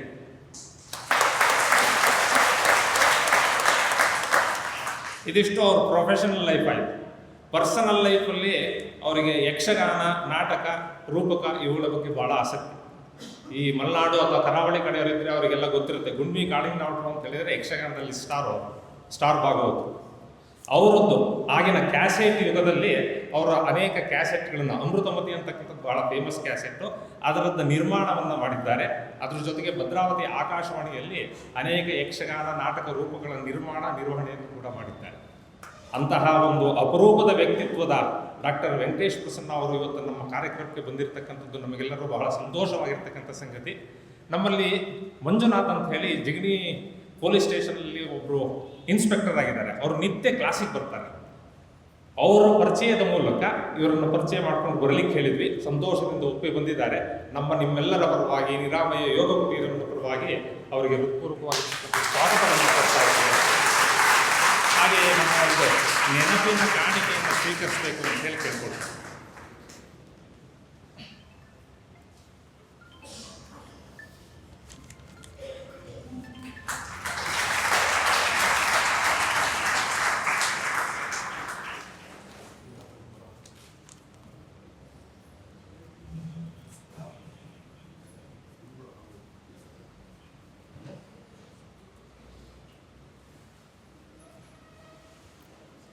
ಹಾಗೆ ಇವರ ಆಸಕ್ತಿ ಕೇವಲ ಯಕ್ಷಗಾನ, ನಾಟಕ, ರೂಪಕಗಳಿಗೆ ಮಾತ್ರ ಸೀಮಿತವಾಗಿಲ್ಲ. ಸಂಸ್ಕೃತ, ಸ್ಪಿರಿಚುಯಾಲಿಟಿ, ಆಧ್ಯಾತ್ಮ ಇವುಗಳಲ್ಲೂ ಕೂಡ ಬಹಳ ಆಸಕ್ತಿಯನ್ನು ಹೊಂದಿದ್ದಾರೆ. ಅದರಲ್ಲಿ ಅನೇಕ ಕೆಲಸಗಳನ್ನು ಮಾಡಿದ್ದಾರೆ, ಕೃಷಿಯನ್ನು ಮಾಡಿದ್ದಾರೆ. ಅವುಗಳನ್ನೆಲ್ಲವೂ ಅವರು ಅಷ್ಟಾಗಿ ಹೇಳ್ಕೊಳ್ಳಿಕ್ಕೆ ಇಷ್ಟಪಡೋದಿಲ್ಲ. ಅಂತಾರಾಷ್ಟ್ರೀಯ ಯೋಗ ದಿನ ಇವತ್ತು. ಪ್ರತಿ ವರ್ಷವೂ ಕೂಡ ಒಂದು ಘೋಷವಾಕ್ಯದೊಂದಿಗೆ ಅಂತಾರಾಷ್ಟ್ರೀಯ ಯೋಗ ದಿನವನ್ನು ಆಚರಿಸಲಾಗುತ್ತೆ. ಈ ವರ್ಷದ ಥೀಮ್ ಏನು ಅಂತ ಹೇಳಿದರೆ ಯೋಗ ಫಾರ್ ಹೆಲ್ತಿ ಏಜಿಂಗ್ ಅಂತ ಹೇಳ್ಬಿಟ್ಟು. ನಮ್ಮಲ್ಲಿ ಅನೇಕ ವರ್ಷಗಳಿಂದ ಅನೇಕ ಜನ ಯೋಗಾಭ್ಯಾಸ ಮಾಡ್ತಾ ಇದ್ದಾರೆ. ಈ ವರ್ಷಕ್ಕೆ 75 ಸಂವತ್ಸರಗಳನ್ನು ಪೂರೈಸಿರತಕ್ಕಂಥ 3 ಜನರನ್ನು ಗುರುತಿಸಿಬಿಟ್ಟು ಗೌರವಿಸಬೇಕು ಅಂತ ಹೇಳಿ ನಿಶ್ಚಯ ಮಾಡ್ಕೊಂಡಿದ್ದೇವೆ. ಹಾಗಾಗಿ 75 ವರ್ಷಕ್ಕಿಂತ ಮೇಲಿದ್ದವರು ನಮ್ಮಲ್ಲಿದ್ದಾರೆ. ಆದರೆ ಈ ವರ್ಷಕ್ಕೆ 75 ಸಂವತ್ಸರಗಳನ್ನು ಯಾರು ಪೂರೈಸಿದ್ದಾರೆ ಅಂತಹ ಒಂದು 3 ಜನರನ್ನು ಕರಿತೀನಿ. ಅವರು ದಯಮಾಡಿ ವೇದಿಕೆ ಹತ್ರ ಬರಬೇಕು, ನಮ್ಮಿಂದ ಒಂದು ಗೌರವ ಕಾಣಿಕೆಯನ್ನು ಸ್ವೀಕರಿಸಬೇಕು ಅಂತ ಹೇಳಿ ಕೇಳ್ಕೊಳ್ತಾ ಇದ್ದೇನೆ. ಸುಕನ್ಯಾ ನಾರಾಯಣ್, ಶ್ರೀಮತಿ ಸುಕನ್ಯಾ ನಾರಾಯಣ್, ಶ್ರೀಮತಿ ಚಂದ್ರಾವತಿ ಮತ್ತು ಶ್ರೀಮತಿ ವೃಂದಾಪರಿ ದಯಮಾಡಿ ಬನ್ನಿ ವೇದಿಕೆಯ ಹತ್ತಿರ.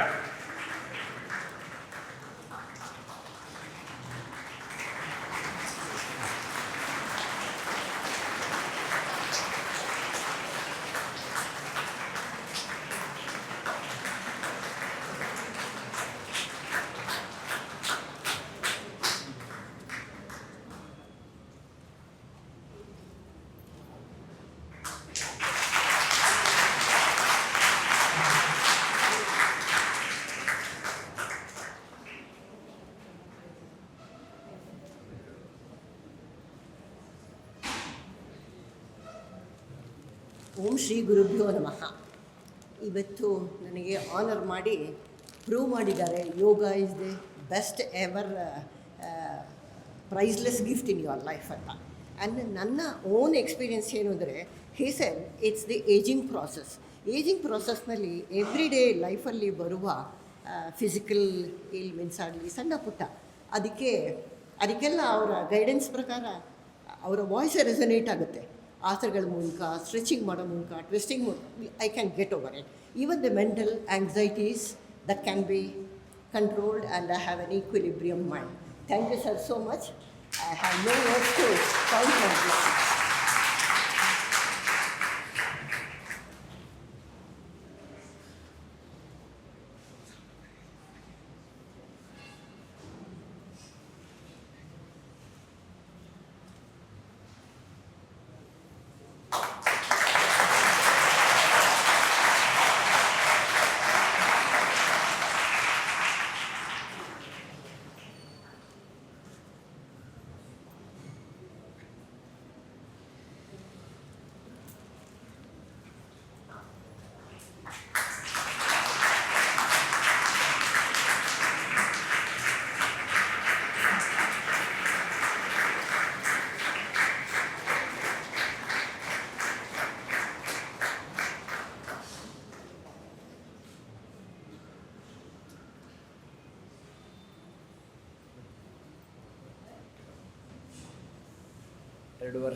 ಎರಡು ವರ್ಷದ ಹಿಂದೆ ಸುಮಾರು ಒಂದು 20 ಜನ ಇದೇ ಥರ 75 ದಾಟಿದವ್ರನ್ನ ಮಾಡಿಸಿದ್ದು.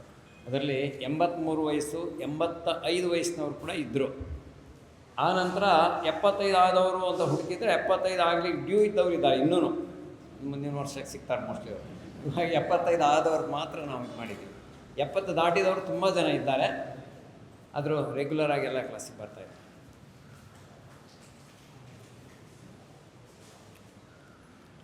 ಈಗ ಡಾಕ್ಟರ್ ಎನ್ ವೆಂಕಟೇಶ್ ಪ್ರಸನ್ನ ಅವರು 4 ಮಾತುಗಳನ್ನು ಆಡಬೇಕು ಅಂತ ಕೇಳ್ಕೊಂಡು.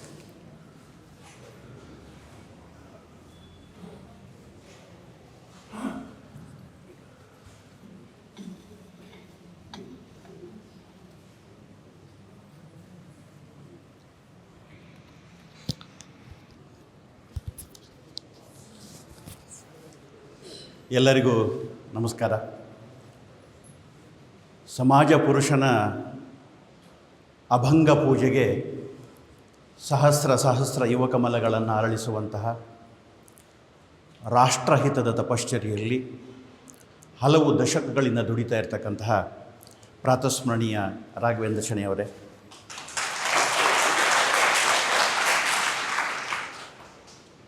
ಇಲ್ಲಿ ನೆರೆದಿರತಕ್ಕಂತಹ ಎಲ್ಲ ಯೋಗಪಟುಗಳೇ, ಇವತ್ತು ವಿಶ್ವ ಯೋಗ ದಿನಾಚರಣೆ. 10 ನಿಮಿಷ ಮಾತಾಡಬೇಕು ಅಂತ ಹೇಳಿ ರಾಘವೇಂದ್ರ ಶೆಣೆಯವರು ಹೇಳಿದರು. 10 ದಿನ ಮಾತನಾಡುವ ವಿಷಯವನ್ನು 10 ನಿಮಿಷದಲ್ಲಿ ಮಾತನಾಡೋದು ತುಂಬ ಕಷ್ಟ. ಪ್ರಯತ್ನ ಮಾಡ್ತೀನಿ,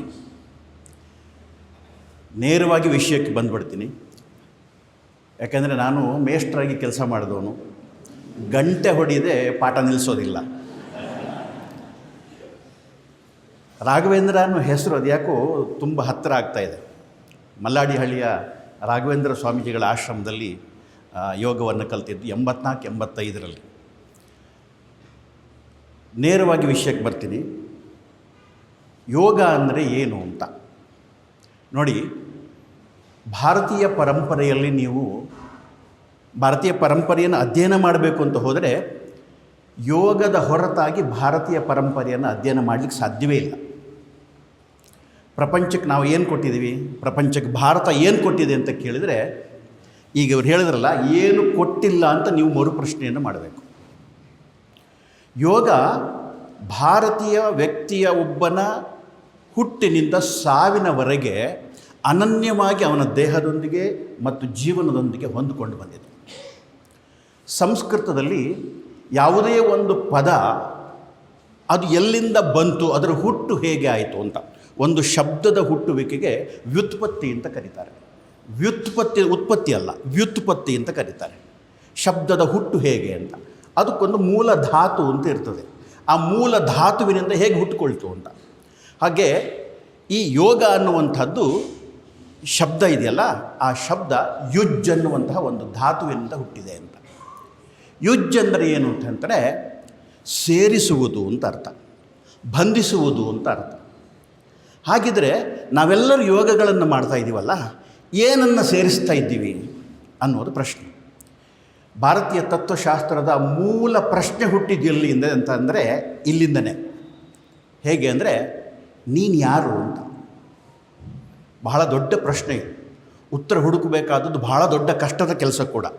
ಈಗ ನೀನು ಯಾರು ಅಂತ ನಾನು ನಿಮಗೆ ಕೇಳ್ತೀನಿ ಅಂತ ಇಟ್ಕೊಳ್ಳಿ. ಉದಾಹರಣೆಗೆ ನಿಮ್ಮ ಹೆಸರು ರಮೇಶ ಅಂತ ಇಟ್ಕೊಳ್ಳೋಣ. ಈಗ ನೀವೇನು ಹೇಳ್ತೀರಿ?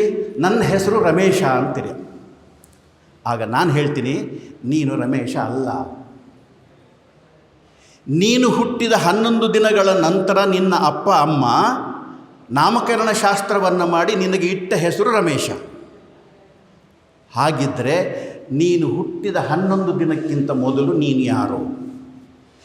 ಸ್ವಲ್ಪ ಪ್ರಶ್ನೆ ಕಷ್ಟ ಆಯ್ತು. ಈಗ ರಮೇಶ ಸತ್ತೋದ ಅಂತ ಇಟ್ಕೊಳ್ಳೋಣ. ರಮೇಶ ಅಂತ ಕರೆದ್ರೆ ಇದುವರೆಗೆ ರಮೇಶ ಅಂತ ಹೇಳಿದ್ದಕ್ಕೆ ಪ್ರತಿಧ್ವನಿ ಕೊಡ್ತಿದ್ದಂತಹ ವ್ಯಕ್ತಿಯ ಬಾಡಿ ಅಲ್ಲೇ ಇದೆ, ಅವನು ಪ್ರತಿಧ್ವನಿಸ್ತಾ ಇಲ್ಲ ಈಗ. ಹಾಗಿದ್ದರೆ ಇದುವರೆಗೆ ಈ ದೇಹದಲ್ಲಿದ್ದಂತಹದ್ದೊಂದು ಶಕ್ತಿ ಇತ್ತಲ್ಲ, ಆ ಶಕ್ತಿ ಯಾವುದು? ಅದು ಹೇಗೆ ಬಂತು? ಎಲ್ಲಿಂದ ಬಂತು? ಹೇಗೆ ಹೋಯಿತು? ಎಲ್ಲಿಗೆ ಹೋಯಿತು? ಅದರ ಸ್ವರೂಪ ಏನು? ಈ ಪ್ರಶ್ನೆಗಳನ್ನು ತತ್ವಶಾಸ್ತ್ರ ಹಾಕ್ಕೊಳ್ಳುತ್ತೆ. ಅದು ಹಾಕ್ಕೊಂಡು ಅದೇ ಉತ್ತರವನ್ನು ಕಂಡುಕೊಳ್ಳುತ್ತೆ. ನನ್ನೊಳಗೊಂದು ಶಕ್ತಿ ಇದೆ ಅಂತ. ನನ್ನೊಳಗೊಂದು ಶಕ್ತಿ ಇದೆ. ಅದನ್ನೇ ದೊಡ್ಡವರು ಜೀವಾತ್ಮ ಅಂತ ಕರೆದ್ರು, ಆತ್ಮ ಅಂತ ಕರೆದ್ರು, ಪರಮಾತ್ಮನ ಶಕ್ತಿ ಅಂತ ಕರೆದ್ರು. ಹೃದಯ ಕಮಲ ಮಧ್ಯೆ ಸೂರ್ಯಬಿಂಬಾಸನಸ್ಥಂ ಸಕಲ ಭುವನ ಬೀಜಂ ಸೃಷ್ಟಿ ಸಂಹಾರ ಹೇತು. ಆ ಶಕ್ತಿ ಎಲ್ಲಿದೆ ಅಂದರೆ ಹೃದಯದ ಕಮಲದಲ್ಲಿ ಇದೆಯಂತೆ. ನೋಡಿ, ನಮ್ಮ ಪ್ರಾಚೀನರು ಎಷ್ಟು ಬುದ್ಧಿವಂತರಿದ್ದರು ಅಂದರೆ, ಇವತ್ತು ಹಾರ್ಟನ್ನು ಆಪರೇಷನ್ ಮಾಡಿದರೆ ಒಂದು ಕಡೆಗೆ ದ್ವಿದಳ ಕವಾಟ, ಇನ್ನೊಂದು ಕಡೆಗೆ ತ್ರಿದಳ ಕವಾಟ, ಈ 5 ದಳಗಳು ಸೇರಿದರೆ ಒಂದು ಕಮಲ. ಈ ಹೃದಯ ಕಮಲ ಇದೆ ಅಂತ ಹೇಳಿದ್ರು. ಆ ಹೃದಯದ ಕಮಲದಲ್ಲಿ ಈ ಆತ್ಮಶಕ್ತಿ ಅಂತ ಹೇಳುವಂಥದ್ದಿದೆ. ಈ ಆತ್ಮಶಕ್ತಿ ಪರಮಾತ್ಮ ಶಕ್ತಿಯ ಜೊತೆಗೆ ಸೇರಿಸಬೇಕು, ಬಂಧಿಸಬೇಕು ಅಂತ ಹೇಳುವುದೇ ಯುಜ್ ಅನ್ನುವ ಶಬ್ದದ ಪರಿಕಲ್ಪನೆ. ಅಂದರೆ ಸೇರಿಸುವುದು, ಬಂಧಿಸುವುದು. ಈ ಜೀವಾತ್ಮವನ್ನು ಪರಮಾತ್ಮನ ಜೊತೆಗೆ ಸೇರಿಸುವುದು ಹೇಗೆ ಅಂತ ಹೇಳೋದಕ್ಕೆ ನಿಮಗೆ ಮೆಟ್ಟಿಲುಗಳನ್ನು ಹಾಕಿಕೊಟ್ಟರು ಪತಂಜಲಿ ಮಹಾಮುನಿಗಳು. 8 ಮೆಟ್ಟಿಲುಗಳನ್ನು ಹಾಕಿಕೊಟ್ರು. ಹಾಗಾದರೆ ಯೋಗಶಾಸ್ತ್ರವನ್ನು ಹೇಳಿಕೊಟ್ಟವರು ಕೇವಲ ಪತಂಜಲಿಗಳ ಅಂದರೆ ಖಂಡಿತ ಅಲ್ಲ. ಅವರು ಶತಮಾನ ಸುಮಾರು 4ರಿಂದ ಕ್ರಿಸ್ತಪೂರ್ವ 4ರಿಂದ 3ನೇ ಶತಮಾನ ಅಂತ ಹೇಳ್ತಾರೆ. ನಿಖರವಾಗಿ ಗೊತ್ತಿಲ್ಲ ಪತಂಜಲಿಗಳ ಕಾಲ. ಆದರೆ ಅದಕ್ಕಿಂತ ಹಿಂದೆ ಶಿವಸಂಹಿತ ಅಂತ ಬರುತ್ತೆ. ಶಿವಸಂಹಿತದಲ್ಲಿ ಯೋಗದ ಪರಿಕಲ್ಪನೆ ಇದೆ. ಅಷ್ಟು ಮಾತ್ರ ಅಲ್ಲ, ಕಠೋಪನಿಷತ್ತಿನಲ್ಲಿ ಕೇರಂಡ ಸಂಹಿತದಲ್ಲಿ ಯೋಗದ ಪರಿಕಲ್ಪನೆ ಇದೆ. ಮೈತ್ರಾಯಣೀಯ ಅಂತ ಹೇಳುವಂಥದ್ದು ಒಂದು ಸಂಹಿತೆ ಇದೆ. ನಮ್ಮಲ್ಲಿ 1018 ಉಪನಿಷತ್ತುಗಳಿತ್ತು ಅಂತ ಹೇಳ್ತಾರೆ. ಆದರೆ 20 ಉಪನಿಷತ್ತುಗಳಲ್ಲಿ, ಅದರಲ್ಲೂ ಮುಖ್ಯವಾಗಿ ಕಠೋಪನಿಷತ್ತಲ್ಲಿ ಯೋಗದ ಪರಿಕಲ್ಪನೆ ಬರುತ್ತೆ. ಈಗ ಈ ಯೋಗದ ಪರಿಕಲ್ಪನೆ ಇದೆ. ಈಗ ಹಾಗಿದ್ದರೆ ಹೇಗೆ ನಾವು ಜೀವಾತ್ಮನನ್ನು ಪರಮಾತ್ಮನಲ್ಲಿಗೆ ಸೇರಿಸುವುದು? ನಾವು ಬಹುತೇಕ ನಾವೇನು ಅಂದ್ಕೊಂಡಿದ್ದೀವಿ ಅಂದರೆ, ಯೋಗ ಅಂದರೆ ಕೇವಲ ಆಸನಗಳು, ಪ್ರಾಣಾಯಾಮ ಮತ್ತು ಧ್ಯಾನ ಅಂತ. ಆಸನ, ಪ್ರಾಣಾಯಾಮ, ಧ್ಯಾನ ಯೋಗ ಹೌದು. ಇದನ್ನು ಹೇಗೆ ನೀವು ಒಂದು ಅರ್ಥ ಮಾಡ್ಕೋಬೇಕು ಅಂದರೆ, ಒಂದು ದೊಡ್ಡದಾದಂಥ ಮರ ಇದೆ ಅಂತ ಇಟ್ಕೊಳ್ಳಿ. ಮರಕ್ಕೆ ಬೇರಿದೆ, ಕಾಂಡ ಇದೆ, ರಂಬೆ ಕೊಂಬೆಗಳಿದ್ದಾವೆ, ಹೂವಿದೆ, ಹಣ್ಣಿದೆ, ಎಲೆ ಇದೆ, ಎಲ್ಲವೂ ಇದೆ. ಆದರೆ ಒಂದು ಹೂವನ್ನು ತಗೊಂಡು ನಾವು ಅದನ್ನು ಮರ ಅಂತ ಹೇಳಲಿಕ್ಕಾಗತ್ತಾ ಅಂದರೆ ಆಗೋದಿಲ್ಲ. ಬೇರನ್ನು ತಗೊಂಡು ಮರ ಅಂತ ಹೇಳಲಿಕ್ಕಾಗತ್ತಾ ಅಂದರೆ ಆಗೋದಿಲ್ಲ. ಇವೆರಡೂ ಆಗೋದಿಲ್ಲ. ಇಡೀ ಸಮಷ್ಟಿಯಾಗಿ ಯೋಚನೆ ಮಾಡಿದಾಗ ಮಾತ್ರ ಅದು ಮರ ಆಗುತ್ತೆ. ಹಾಗೆ ಯೋಗ ಅಂದರೆ ಕೇವಲ ಪ್ರಾಣಾಯಾಮ ಅಲ್ಲ, ಆಸನ ಅಲ್ಲ, ಧ್ಯಾನವೂ ಅಲ್ಲ. ಇವೆಲ್ಲವೂ ಅವುಗಳ ಭಾಗಗಳು. ಅದನ್ನು ತುಂಬ ಸುಂದರವಾಗಿ ಪತಂಜಲಿ ಮಹರ್ಷಿಗಳು 8 ಮೆಟ್ಟಿಲುಗಳನ್ನು ಹಾಕಿಕೊಡ್ತಾರೆ ನಮಗೆ. ಅದೇ ನಮಗೆ ಯಮ, ನಿಯಮ, ಆಸನ, ಪ್ರಾಣಾಯಾಮ, ಪ್ರತ್ಯಾಹಾರ, ಧಾರಣ, ಧ್ಯಾನ ಮತ್ತು ಸಮಾಧಿ. ಎಲ್ಲರಿಗೂ ಗೊತ್ತಿದೆ. ಯಮ ಮತ್ತು ನಿಯಮ, ನನಗೆ ಫಸ್ಟು ರಾಘವೇಂದ್ರ ಶೆಣೆಯವರು ನೀವು ಯೋಗ ದಿನಾಚರಣೆಗೆ ಬರಬೇಕು ಅಂತ ಹೇಳಿದಾಗ ನನಗೊಂದು ಸಂದೇಹ ಹುಟ್ಟಿತು. ಏನು ಸಂದೇಹ ಅಂತ ಹೇಳಿದ್ರೆ, ಈ ಇಮಾಮ್ ಸಾಹಿಬಿಗೂ ಗೋಕುಲಾಷ್ಟಮಿಗೂ ಏನು ಸಂಬಂಧ ಅಂತ. ಈ ಪೊಲೀಸರನ್ನ ಯಾಕೆ ಕರೀತಾರೆ ಇವರು ಅಂತ. ಆಮೇಲೆ ಇದನ್ನೆಲ್ಲ ಓದೋಕ್ಕೆ ಶುರು ಮಾಡಿದ್ಮೇಲೆ ನನಗೆ ಅನ್ನಿಸ್ತು, ಸರ್ ಪೊಲೀಸರಿಗೂ ಈ ಯೋಗಕ್ಕೂ ಭಾಳ ಹತ್ತಿರ ಸಂಬಂಧ ಇದೆ ಅಂತ. ಹೇಗೆ ಅಂದರೆ ನೋಡಿ, ಯಮ ಮತ್ತು ನಿಯಮಗಳಿದಾವಲ್ಲ, ಈ ಯಮ ಮತ್ತು ನಿಯಮಗಳನ್ನು ನೀವು ಸರಿಯಾಗಿ ಪಾಲನೆ ಮಾಡಿದರೆ ಪೊಲೀಸ್ ಡಿಪಾರ್ಟ್ಮೆಂಟೇ ಬೇಡ ಸರ್. ಪೊಲೀಸ್ ಡಿಪಾರ್ಟ್ಮೆಂಟು ಬೇಡ, ಕೋರ್ಟು ಬೇಡ. ಡೂ ಆ್ಯಂಡ್ ಡು ನಾಟ್ಸ್ ಅಂತ ಎಷ್ಟು ಚೆನ್ನಾಗಿ ಹೇಳ್ತಾರೆ ನೋಡ್ರಿ. ಮಾಡಬೇಕಾದದ್ದು ಮಾಡಬಾರ್ದು. ಅಂದರೆ ಈಗ ನಾವು ಒಂದು ಸಮಾಜದೊಳಗೆ ಬದುಕ್ತಾ ಇದ್ದೀವಿ. ಈ ಸಮಾಜದಲ್ಲಿ ಯಮ ಅಂತ ಹೇಳಿದ್ರೆ ಮಾಡಬಾರದ್ದು ಯಾವುದು ಅಂತ ಹೇಳೋದನ್ನು ಮೊದಲು ಹೇಳ್ತಾನೆ. ಮಾಡಬಾರದ್ದು ಯಾವುದು ಅಂತ ಹೇಳಿದರೆ ಅಹಿಂಸೆಯನ್ನು ಮಾಡಬಾರದು. ಅಹಿಂಸಾ ಸತ್ಯಮಸ್ತೇಯ ಅಂದರೆ ಸತ್ಯವನ್ನು ಹೇಳಬೇಕು. ಅಹಿಂಸೆ ಅಂತ ಹೇಳಿದರೆ ಈಗ ದೈಹಿಕವಾದ ಹಿಂಸೆ ಅಂತಲ್ಲ, ಮಾನಸಿಕವಾಗಿ ಕೂಡ ನಾವು ಬೇರೆಯವರಿಗೆ ಹಿಂಸೆ ಕೊಡಬಾರ್ದು ಅಂತ. ಮಾತಿನಲ್ಲಿ ನಾನು ಇನ್ನೊಬ್ಬನಿಗೆ ಹಿಂಸೆ ಮಾಡುವುದು ಕೂಡ ಹಿಂಸೆ ಆಗುತ್ತೆ, ಅದನ್ನು ಕೂಡ ಮಾಡಬಾರ್ದು ಅಂತ. ಸತ್ಯ ಅಂತ ಹೇಳೋದು ಬಹಳ ಕಷ್ಟ. ಯಾಕೆ ಅಂತ ಹೇಳಿದ್ರೆ ರಾಮಾಯಣದಲ್ಲಿ ಒಂದು ಕತೆ ಬರುತ್ತೆ, ನೋಡಿದಿರಲ್ಲ ನೀವು. ಅದರಲ್ಲಿ ಮಾರೀಚನಿಗೆ ಹೇಳ್ತಾನೆ ರಾವಣ, ನೀನು ಹೋಗು, ಆಶ್ರಮದೊಳಗೆ ಸೀತೆ ಇದ್ದಾಳೆ, ಬಂಗಾರದ ಜಿಂಕೆಯ ವೇಷವನ್ನು ಧರಿಸ್ಕೊಂಡು ಹೋಗಿ ಅವಳನ್ನು ಈಚೆಗೆ ಕರ್ಕೊಂಡು ಬಾ, ನಾನು ಅವಳನ್ನು ಅಪಹರಿಸ್ತೀನಿ ಅಂತ. ಆಗ ಅವನು ಹೇಳ್ತಾನೆ, ಸ್ತ್ರೀಯನ್ನು ಅಪಹರಿಸುವುದು ಅಪರಾಧ, ಮಾಡಬಾರ್ದು ಅಂತ. ಅದಕ್ಕೆ ನಿನ್ನನ್ನು ಕೊಲ್ತೀನಿ ಅಂತಾನೆ ರಾವಣ. ನಿನ್ನ ರಾಜದ್ರೋಹಿ ಅಂತ ಪರಿಗಣನೆ ಮಾಡ್ತೀನಿ ಅಂತಾನೆ. ರಾಜದ್ರೋಹಿ ಎನ್ನುವ ಅಪವಾದ ಕಟ್ಟಿಕೊಳ್ಳೋದಕ್ಕಿಂತ ಈ ಕೆಲಸ ಮಾಡಿ ಸಾಯುವುದೇ ಮೇಲು ಅಂತ ಹೇಳಿ ಅವನು ಜಿಂಕೆಯ ವೇಷವನ್ನು ಧರಿಸ್ತಾನೆ. ಆಗೊಂದು ಮಾತನ್ನು ಹೇಳ್ತಾನೆ, ಸತ್ಯಂ ಬ್ರೂಯಾತ್ ಪ್ರಿಯಂ ಬ್ರೂಯಾತ್ ನಬ್ರೂಯಾತ್ ಸತ್ಯಮ ಪ್ರಿಯಂ ಅಂತ. ಸತ್ಯವಾದದ್ದನ್ನು ಹೇಳು, ಪ್ರಿಯವಾದದ್ದನ್ನು ಹೇಳು, ಆದರೆ ಅಪ್ರಿಯವಾದ ಸತ್ಯವನ್ನು ಹೇಳಬೇಡ ಅಂತ. ಈಗ ನಾವು ಅಪ್ರಿಯವಾದ ಸತ್ಯವನ್ನು ಹೇಳಬೇಕಾಗತ್ತೆ ಕೆಲವು ಸರಿ ಈಗಿನ ಕಾಲದಲ್ಲಿ. ಹಾಗೆ ಸತ್ಯವನ್ನು ಪರಿಪಾಲನೆ ಮಾಡಬೇಕು. ಒಂದು ಅಹಿಂಸೆ ಆಯಿತು, ಮತ್ತೊಂದು ಸತ್ಯ ಪರಿಪಾಲನೆ ಆಯಿತು. ನಂತರ ಬರುವಂಥದ್ದು ಅಹಿಂಸಾ ಸತ್ಯಮಸ್ತೇಯ ಬ್ರಹ್ಮಚರ್ಯ ಪರಿಗ್ರಹ. ಬ್ರಹ್ಮಚರ್ಯ ಅಂತ ಹೇಳಿದರೆ ಕೇವಲ ದೈಹಿಕ ಕಾಮನೆಗಳು ಅಂತಲ್ಲ, ಮನೋಕಾಮನೆಗಳು ಕೂಡ. ಮನೋಕಾಮನೆಗಳನ್ನು ನಿಗ್ರಹಿಸುವುದು ನಮಗೆ ಕಷ್ಟ ಆಗ್ಬೋದು, ಆದರೆ ಅದನ್ನು ನಿಯಂತ್ರಿಸಲಿಕ್ಕೆ ನಮಗೆ ಸಾಧ್ಯ ಆಗುತ್ತೆ ಅಂತ. ಆದ್ದರಿಂದ ಆ ನಿಗ್ರಹವನ್ನು ನೀನು ಮಾಡಬೇಕು ಅಂತ. ಇನ್ನೊಂದು ಅಪರಿಗ್ರಹ ಅಂತ. ಪರಿಗ್ರಹ ಅಂದರೆ ತಗೊಳ್ಳೋದು, ಅಪರಿಗ್ರಹ ಅಂದರೆ ತಗೊಳ್ಳದೇ ಇರೋದು. ಎಷ್ಟು ಸುಂದರವಾದಂಥದ್ದೊಂದು ಪರಿಕಲ್ಪನೆ ಕೊಟ್ಟರು ಅಂದರೆ, ಈಗ ನಾನು ದೇವರ ಮುಂದೆ ಹೋಗಿ ನಿಂತ್ಕೊಳ್ತೀನಿ, ಭಗವಂತನ ಮುಂದೆ ನಿಂತ್ಕೊಳ್ತೀನಿ. ಏನನ್ನು ಬೇಡಬೇಕು ನಾನು? ನನ್ನದಲ್ಲದ ವಸ್ತುವನ್ನು ನನಗೆ ಬೇಡ ಅಲ್ಲ, ನನಗೆ ಎಷ್ಟಿದೆ ಅಷ್ಟನ್ನು ನಾನು ಇಟ್ಕೊಂಡು ನಾನು ಸಂತೋಷ ಪಡಬೇಕು. ಜಗನ್ನಾಥ ದಾಸರದ್ದು ಒಂದು ಪದ್ಯ ನೆನಪಾಗತ್ತೆ. ದೇವರ ಮುಂದೆ ನಿಂತ್ಕೊಳ್ತಾರೆ, ಏನ ಬೇಡಲಿ ನಾನು ನಿನ್ನ ಬಳಿಗೆ ಬಂದು, ನೀನಿತ್ತ ಸೌಭಾಗ್ಯ ನಿಬಿಡವಾಗಿದೆ ನನಗೆ. ಅನುಜನ ಕೊಡು ಎಂದು ಅನುನಯದಿ ಬೇಡಿದರೆ ಅನುಜನೇ ನಿತ್ತನೈ ಆ ವಾಲಿಗೆ. ಧನವನ್ನೇ ಕೊಡು ಎಂದು ದೈನ್ಯದಲ್ಲಿ ಬೇಡಿದರೆ ಧನವ ಗಳಿಸಿದ ಆ ಸುಯೋಧನ ಏನಾದನು. ಅನುಜನ್ನ ಅಣ್ಣ ತಮ್ಮಂದಿರನ್ನ ಕೊಡು ಅಂತ ಕೇಳಿದರೆ, ವಾಲಿಗೆ ಮತ್ತು ಸುಗ್ರೀವರ ಕತೆ ನಿಮಗೆ ಗೊತ್ತಿದೆ. ಸುಗ್ರೀವನಿಂದಾಗಿ ವಾಲಿ ಹತನಾದ, ಅವನನ್ನು ಕೇಳಲ್ಲ. ಧನವನ್ನು ಕೊಡು ಅಂತ ಹೇಳಿದರೆ ಆ ಧನವನ್ನು ಗಳಿಸಿದಂಥ ಸುಯೋಧನ ಏನಾದ. ಆದ್ದರಿಂದ ಧನನೂ ಬೇಡ, ಅಣ್ಣ ತಮ್ಮಂದಿರು ಬೇಡ, ನೀನಿತ್ತ ಸೌಭಾಗ್ಯ ನಿಬಿಡವಾಗಿದೆ ನನಗೆ, ನೀನು ಕೊಟ್ಟು ಸಾಕಪ್ಪ ನನಗೆ. ಈಗ ಯಮದಲ್ಲಿ ಹೇಳೋದು ಏನಂತಂದರೆ, ನಿನ್ನಲ್ಲಿ ಏನಿದೆಯಲ್ಲ ಅದಕ್ಕೆ ನೀನು ತೃಪ್ತಿ ಪಡಬೇಕು ಅಂತ. ಪಕ್ಕದ ಮನೆಯವರು ಬಿಲ್ಡಿಂಗ್ ಕಟ್ಟಿದ್ರು, ಪಕ್ಕದ ಮನೆಯವರು ಕಾರ್ ತೊಗೊಂಡ್ರು ಅಂತೇಳಿ ಸಂತೋಷ ಪಡಬೇಡ, ದುಃಖ ಪಡಬೇಡ. ನಿನಗೆ ಭಗವಂತ ಏನು ಕೊಟ್ಟಿದ್ದಾನೆ ಅದಕ್ಕೋಸ್ಕರವಾಗಿ ನೀನು ತೃಪ್ತಿಯನ್ನು ಪಡಬೇಕು. ಇದು ಯಮ. ನಿಯಮ ಮಾಡಬೇಕಾದದ್ದು, ನೀನೇನು ಮಾಡಬೇಕು ಅಂತ. ಫಸ್ಟು ಮಾಡಬಾರದ್ದು ಹೇಳಿದ್ರು, ಇನ್ನೊಂದು ಮಾಡಬೇಕಾದದ್ದು ಹೇಳಿದ್ರು. ಮಾಡಬೇಕಾದದ್ದು ಯಾವುದಪ್ಪ ಅಂತ ಹೇಳಿದ್ರೆ ಸತ್ಯ, ಅಸ್ತೇಯ, ಬ್ರಹ್ಮಚರ್ಯ, ಶೌಚ ಅಂತ ಹೇಳಿದ್ರೆ ಶುದ್ಧಿ ಹೇಗಿರಬೇಕಂತ ಹೇಳಿದ್ರೆ ಮಾನಸಿಕವಾಗಿ ಮತ್ತು ದೈಹಿಕವಾಗಿ ಶುದ್ಧಿ ಇರಬೇಕು. ಸಂಸ್ಕೃತದಲ್ಲಿ ಒಂದು ಮಾತಿದೆ, ಶುದ್ಧಿ ಹೆಂಗಾಗುತ್ತೆ ಅಂತ. ಸ್ನಾನೇನ ಶುಚಿ ನತು ಚಂದನೇನ ಅಂತ. ಸ್ನಾನದಿಂದ ಶುಚಿ ಆಗ್ತಿರೋ ವಿನಃ ಸೆಂಟು ಹೊಡೆಯೋದ್ರಿಂದ ಅಲ್ಲ ಅಂತ. ಆದ್ದರಿಂದ ಸ್ನಾನದಿಂದ ಶುಚಿ ಮಾನಸಿಕವಾಗಿ ಮತ್ತು ಆಂತರ್ಯವಾಗಿ ಆಗಬೇಕು. ಇನ್ನೊಂದು ಸಂತೋಷ. ಆಗ ಅವ್ರು ಹೇಳ್ತಾಯಿದ್ರು, ಶಾಂತಿ ಅಂತಿದ್ರಲ್ಲ, ಸಂತೋಷ ಬೇರೆ, ಶಾಂತಿ ಬೇರೆ. ನೀವು ಯೋಗಕ್ಕೆ ಕೂತ್ಕೋಬೇಕು, ಧ್ಯಾನಕ್ಕೆ ಕೂತ್ಕೋಬೇಕು, ಭಗವಂತನನ್ನು ಸ್ಮರಿಸಬೇಕು ಅಂತ ಹೇಳಿದಾಗ ಮನಸ್ಸು ಶಾಂತಿಯಾಗಿರಬೇಕು. ಮನಸ್ಸು ಶಾಂತಿಯಾಗಿಲ್ಲ ಅಂತಂದರೆ ನಾವು ಹೋಗ್ಲಿಕ್ಕೆ ಆಗೋದಿಲ್ಲ. ಮನಸ್ಸು ಭಾಳ ಚಂಚಲ, ಅದೊಂಥರ ಮನಸ್ಸೆಂಬ ಮರ್ಕಟ ಅಂತ ಕವಿಯೊಬ್ಬರು ಹೇಳ್ತಾರೆ. ಇದೊಂದು ಮಂಗ ಇದ್ದಂಗೆ, ಮರ್ಕಟ ಇದ್ದಂಗೆ. 5 ನಿಮಿಷ ನಾನು ಹೇಳಿದ್ದನ್ನು ಕೇಳೋದಿಲ್ಲ ಅದು. ಆದರೆ ಆ ಮನಸ್ಸನ್ನು ನಿಯಂತ್ರಿಸುವುದಿದೆಯಲ್ಲ, ಅದನ್ನು ಹೇಳಿಕೊಡುವಂಥದ್ದು ಯೋಗ. ನಂತರ ಬರುವಂಥದ್ದು ತಪಸ್ಸು ಅಂತ ಹೇಳಿದರೆ ಮುಖ್ಯವಾಗಿ ನಮ್ಮ ಶಾಸ್ತ್ರಗಳಲ್ಲಿ 2 ತಪಸ್ಸನ್ನು ಹೇಳಿದ್ದಾರೆ. ಒಂದು ಬ್ರಹ್ಮಚರ್ಯ, ಇನ್ನೊಂದು ಉಪವಾಸ ಅಂತ. ಬ್ರಹ್ಮಚರ್ಯ ಮತ್ತು ಉಪವಾಸಗಳನ್ನು ಮಾಡುವುದರಿಂದ, ಈ ತಪಸ್ಸನ್ನು ಆಚರಿಸುವುದರಿಂದ ನಿನ್ನ ಜೀವನದಲ್ಲಿ ನೀನು ಕೆಲವು ನಿಯಮಗಳನ್ನು, ಕಟ್ಟುನಿಟ್ಟಾದಂತಹ ನಿಯಮಗಳನ್ನು ಹಾಕಿಕೊಂಡು, ಅದು ಆಹಾರದಲ್ಲಿರ್ಬೋದು, ವಿಹಾರದಲ್ಲಿರ್ಬೋದು, ಆ ನಿಯಮಗಳನ್ನು ಹಾಕಿಕೊಂಡು ನಿನ್ನ ದೇಹವನ್ನು ಮತ್ತು ಮನಸ್ಸನ್ನು ಎರಡನ್ನೂ ನಿಯಂತ್ರಿಸಬೇಕು ಅಂತ ಹೇಳೋದು. ಇನ್ನೊಂದು ಮುಖ್ಯವಾದದ್ದು ಸ್ವಾಧ್ಯಾಯ ಅಂತ. ಸ್ವಾಧ್ಯಾಯ ಅಂದರೆ ನಿನ್ನನ್ನು ನೀನು ಅರಿತುಕೊಳ್ಳುವಂಥದ್ದು. ನಾನು ಆಗ ಹೇಳಿದ್ನಲ್ಲ, ನೀನು ಯಾರು ಅಂತ ಹೇಳಿ, ಇದು ಸ್ವಾಧ್ಯಾಯ. ನಿನ್ನನ್ನು ನೀನು ಅರಿತುಕೊಳ್ಬೇಕು. ಇದಾದ ನಂತರ ಅಂದರೆ ಮಾಡಬೇಕು, ಮಾಡಬಾರದ್ದು ಎರಡೂ ಆದ ಮೇಲೆ ನಾವು ಬರುವಂಥದ್ದು ಆಸನಗಳಿಗೆ. ತತ್ರ ಸ್ಥಿರಾಸನಂ ಅಂತ ಒಂದು ಶಬ್ದ ಬರುತ್ತೆ. ತತ್ರ ಸ್ಥಿರಾಸನಂ ಅಂತ ಹೇಳಿದರೆ ನಿನಗೆ ಯೋಗ್ಯವಾದಂಥದ್ದೊಂದು ಆಸನವನ್ನು ಆಯ್ಕೆ ಮಾಡ್ಕೋಬೇಕು ನೀನೀಗ. ಯಾವುದಕ್ಕೆ? ಮುಂದೆ ಧ್ಯಾನವನ್ನು ಮಾಡೋದಕ್ಕೆ, ಭಗವಂತನನ್ನು ಸ್ಮರಿಸುವುದಕ್ಕೆ. ಈ ಎಲ್ಲ ಆಸನಗಳನ್ನು ಹಾಕಿಕೊಂಡಾಗ ಮೊದಲು ನಿಮ್ಮ ದೇಹ ಸ್ಥಿರವಾಗಿ ನಿಲ್ಲಬೇಕು. ದೇಹ ಚಲಿಸಬಾರದು. ದೇಹ ಚಲಿಸಿದರೆ ಮನಸ್ಸು ಚಲಿಸುತ್ತೆ ಅಂತ. ಅನ್ನಮಯ ಕೋಶ ಅಂತಾರೆ ಈ ದೇಹವನ್ನು. ಅನ್ನಮಯ ಕೋಶವನ್ನು ಸ್ಥಿರ ಮಾಡುವುದರೊಂದಿಗೆ ನೀನು ಮನೋಮಯ ಕೋಶವನ್ನು ಸ್ಥಿರ ಮಾಡಬೇಕು.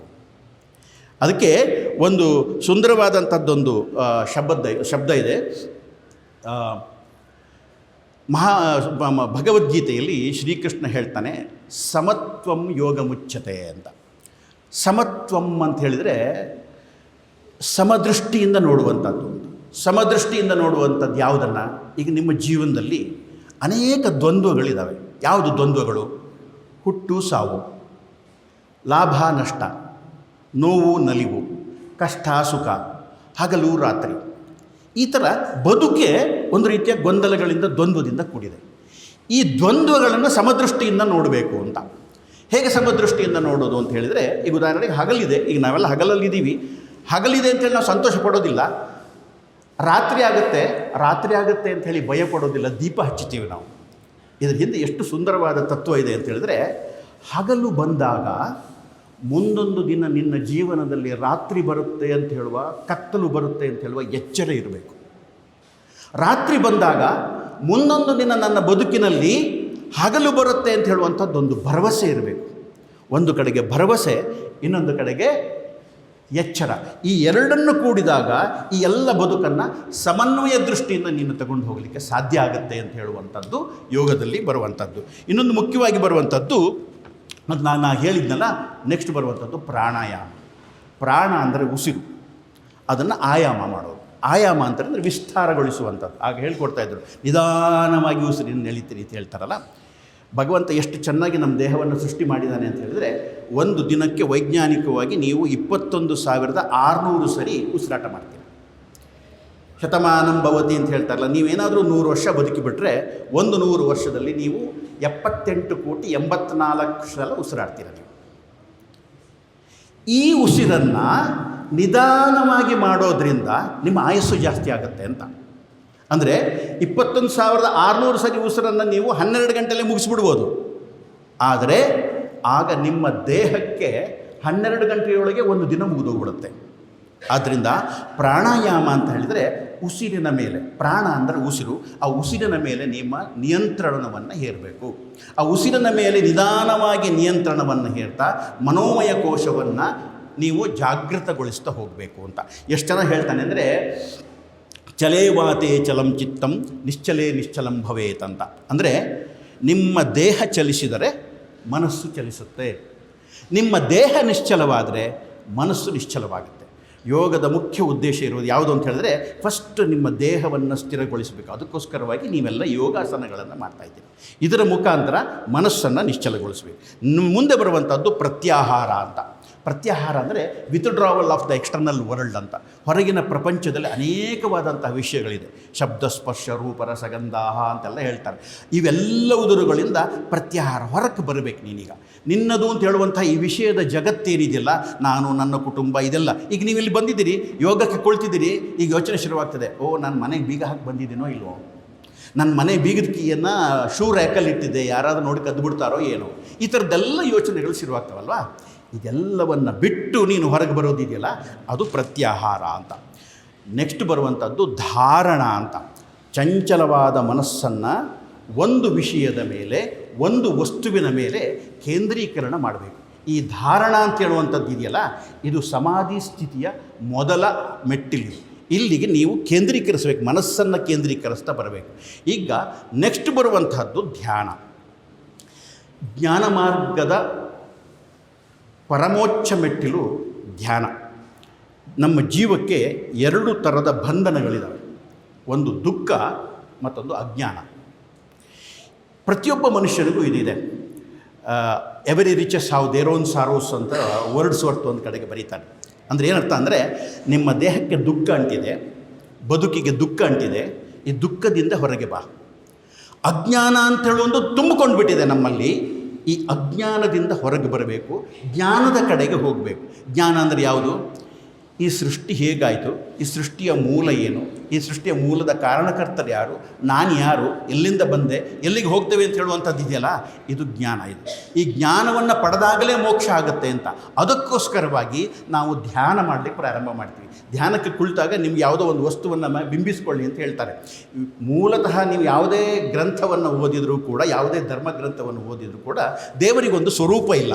ಅದಕ್ಕೆ ನಿರ್ಗುಣ ಮತ್ತು ನಿರಾಕಾರ ಅಂತ ಕರೀತಾರೆ. ಗುಣ ಅವನಿಗೆ ನಿರಾಕಾರ, ಅವನಿಗೆ ಆಕಾರವೇ ಇಲ್ಲ.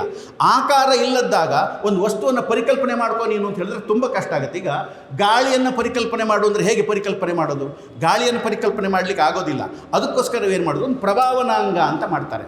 ಪ್ರಭಾವನಾಂಗ ಅಂದರೆ ಒಂದು ರೂಪವನ್ನು ಕೊಡ್ತಾರೆ. ವಿಷ್ಣು ಹೀಗೆ, ಈಶ್ವರ ಹೀಗೆ, ಒಂದೊಂದು ರೂಪವನ್ನು ಕೊಡ್ತಾ ಹೋಗ್ತಾರೆ. ಈ ರೂಪವನ್ನು ನೀನು ಧರಿಸ್ಕೊಳ್ಳಿಕ್ಕೆ ಸಾಧ್ಯ ಆಗುತ್ತೆ. ಇದನ್ನು ನಿನ್ನ ಮನಸ್ಸಿನಲ್ಲಿ ಧ್ಯಾನ ಮಾಡಲಿಕ್ಕೆ ಸಾಧ್ಯ ಆಗುತ್ತೆ ಅಂತ ಹೇಳುವ ಕಾರಣಕ್ಕೋಸ್ಕರವಾಗಿ ನಿರ್ಗುಣ ನಿರಾಕಾರನಾದ ಭಗವಂತನಿಗೆ ಒಂದು ರೂಪವನ್ನು ಕೊಟ್ಟು ಅದನ್ನು ಸ್ಮರಣೆ ಮಾಡು ಅಂತ ನಿನಗೆ ಹೇಳಿದರು. ಈಗ ಅದನ್ನು ಸ್ಮರಣೆ ಮಾಡಬೇಕು. ಕೊನೆಯದಾಗಿ ಬರುವಂಥದ್ದು ಬಹಳ ದೊಡ್ಡದಿದು, ಸಮಾಧಿ ಸ್ಥಿತಿ ಅಂತ. ನೋಡಿ, ನಿಮಗೆಲ್ಲರಿಗೂ ಗೊತ್ತು, 3 ಹಂತಗಳಿದ್ದಾವೆ ನಮ್ಮ ಬದುಕಿನಲ್ಲಿ. ಜಾಗೃತ್, ಸ್ವಪ್ನ, ಸುಷುಪ್ತಿ ಅಂತ. ಇದೆಲ್ಲರಿಗೂ ಗೊತ್ತಿದೆ. ಜಾಗೃತ್, ನಾವೆಲ್ಲರೂ ಜಾಗೃತರಾಗಿದ್ದೇವೆ ಈಗ, ಇದೆಲ್ಲರಿಗೂ ಗೊತ್ತು. ಸ್ವಪ್ನ ನಿಮಗೂ ಗೊತ್ತು, ನಿದ್ದೆ ಮಾಡ್ತಾ ಇರುವಾಗ ಸ್ವಪ್ನ ಕಾಣ್ತೀವಿ. ಈ ಜಾಗೃತ್ ಸ್ವಪ್ನವನ್ನು ಕಳೆದ ನಂತರ 3ನೇದೊಂದು ಸ್ಥಿತಿ ಇದೆ, ಅದಕ್ಕೆ ಸುಷುಪ್ತಿ ಅಂತ ಕರೀತಾರೆ. ಗಾಢವಾದಂಥ ನಿದ್ದೆ ಅದು, ಗಾಢವಾದ ನಿದ್ದೆ.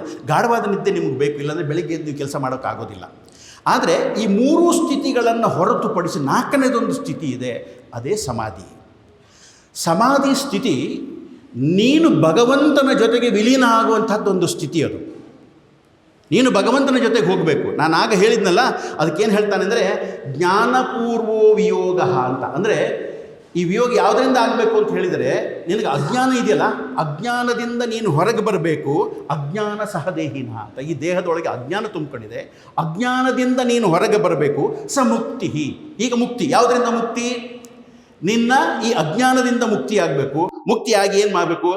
ಬ್ರಹ್ಮಣ ಐಕ್ಯಂಚ, ಬ್ರಹ್ಮನಲ್ಲಿ ನೀನು ಐಕ್ಯನಾಗಬೇಕು. ಬ್ರಹ್ಮ ಅಂದರೆ ನೀವು ತ್ರಿಮೂರ್ತಿಗಳ ಬ್ರಹ್ಮ ಅಲ್ಲ.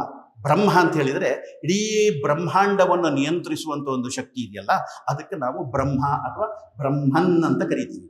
ಈ ಬ್ರಹ್ಮನ ಜೊತೆಗೆ ನೀನು ಹೋಗಬೇಕು. ಹೇಗೆ ಹೋಗಬೇಕು? ಈಗ ನಿನ್ನ ದೇಹದೊಳಗಿದೆ ಅಂತ ಹೇಳಿದ್ದಲ್ಲ, ಹೇಗೆ ಅಂತ ಒಂದು ಸರಳ ಎಕ್ಸಾಂಪಲ್ ನಾನು ಕೊಟ್ಬಿಡ್ತೀನಿ. ಈಗ ಒಂದು ಲೋಟ ಇದೆ, ಲೋಟದೊಳಗೆ ಖಾಲಿ ಇದೆ. ಇದು ನಾನು ಖಾಲಿ ಅಂತ ಹೇಳಿದೆ, ಆದರೆ ಭಾರತೀಯ ತತ್ವಶಾಸ್ತ್ರಜ್ಞರು ಆ ಲೋಟ ಖಾಲಿ ಇದೆ ಅಂತ ಹೇಳೋದಿಲ್ಲ. ಆ ಲೋಟದೊಳಗೆ 2 ವಸ್ತು ಇದೆ ಅಂತ ಹೇಳ್ತಾರೆ. ಯಾವ ವಸ್ತು ಅಂದರೆ, ಒಂದು ಗಾಳಿ ಇದೆ, ಇನ್ನೊಂದು ಆಕಾಶ ಇದೆ. ಹೌದಲ್ಲ? ಒಂದು ಖಾಲಿ ಲೋಟ ತಗೊಂಡ್ರೆ ಅದು ಗಾಜಿನ ಲೋಟ ಅಂತ ಇಟ್ಕೊಳ್ಳಿ. ಖಾಲಿ ಇದೆ ಅಂತ ನಾನು ಹೇಳಿದೆ, ಅದರೊಳಗೆ ಆಕಾಶ ಇದೆ ಮತ್ತು ಗಾಳಿ ಇದೆ, 2 ಇದೆ. ಈ ದೇಹವನ್ನು ಒಂದು ಲೋಟ ಅಂತ ಇಟ್ಕೊಳ್ಳಿ, ಈ ದೇಹವನ್ನು ಒಂದು ಲೋಟ ಅಂತ ಇಟ್ಕೊಳ್ಳಿ. ಈಗ ಗಾಜಿನ ಲೋಟ ಒಡೆದೋಯ್ತು. ಈಗ ಗಾಜಿನ ಲೋಟ ಒಡೆದೋಯ್ತು ಅಂದರೆ ಈ ದೇಹ ಸತ್ತೋಯ್ತು ಅಂತ ಇಟ್ಕೊಳ್ಳಿ. ಈಗ ಇದರ ಒಳಗಿರುವಂಥ ಗಾಳಿ ಎಲ್ಲಿಗೋಯ್ತು?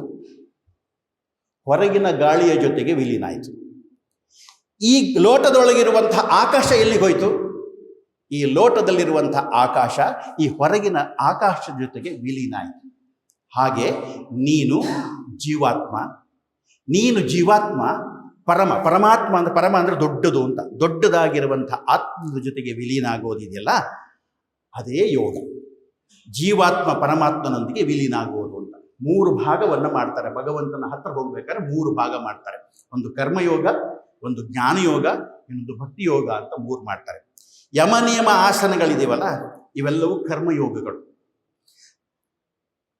ಪ್ರತ್ಯಾಹಾರ ಮತ್ತು ಧಾರಣ ಇದೆಯಲ್ಲ, ಅದು ಜ್ಞಾನಯೋಗ. ಲಾಸ್ಟ್ಗೆ ಬರುವಂತಹ ಸಮಾಧಿ ಮತ್ತು ಸ್ಥಿತಿ ಇದೆಯಲ್ಲ, ಅದು ಭಕ್ತಿ ಯೋಗ. ಅನನ್ಯವಾದಂಥ ಭಕ್ತಿಯಿಂದ ನಾವು ಈ ಜೀವಾತ್ಮ ಅಂತ ಹೇಳುವಂಥದ್ದು ನಮ್ಮ ಹೊರಗೆ ಈ ನಮ್ಮ ಪಂಚೇಂದ್ರಿಯಗಳಿದಾವಲ್ಲ, ಪಂಚೇಂದ್ರಿಯಗಳೆಲ್ಲವೂ ಬಹಿರ್ಮುಖವಾಗಿದೆ. ಈ ಬಹಿರ್ಮುಖವಾದಂಥದ್ದನ್ನು ಬಿಟ್ಟು ಅಂತರ್ಮುಖಿಯಾಗಿ ನಮ್ಮ ಅಂತರಂಗದೊಳಗೊಂದು ಜಗತ್ತಿದೆ, ಆ ಜಗತ್ತಿನೊಳಗೊಂದು ಜೀವಾತ್ಮ ಇದೆ. ಆ ಜೀವಾತ್ಮ ಪರಮಾತ್ಮನೊಂದಿಗೆ ವಿಲೀನವಾಗುವುದು, ಸಂಚರಿಸುವುದು ಅಥವಾ ಪರಮಾತ್ಮನೇ ನಾನಾಗುವುದಿದೆಯಲ್ಲ, ಅದು ಯೋಗ. ಆ ಯೋಗ ಸಾಧನೆಯಲ್ಲಿ ನೀವೆಲ್ಲರೂ ಮುಂದೆ ಹೋಗ್ತಾ ಇದ್ದೀರಿ. ನಿಮಗೆ ಉತ್ತಮವಾದಂಥದ್ದು ಒಬ್ಬ ಗುರುಗಳು ಸಿಕ್ಕಿದ್ದಾರೆ. ನಿಮ್ಮೆಲ್ಲರಿಗೂ ಶುಭವಾಗಲಿ ಅಂತ ಹೇಳಿ, ಗಂಟೆ ಜಾಸ್ತಿ ಆಗಿದ್ದರೆ ಕ್ಷಮಿಸಿ ಅಂತ ಹೇಳಿ ನನ್ನ ಮಾತನ್ನು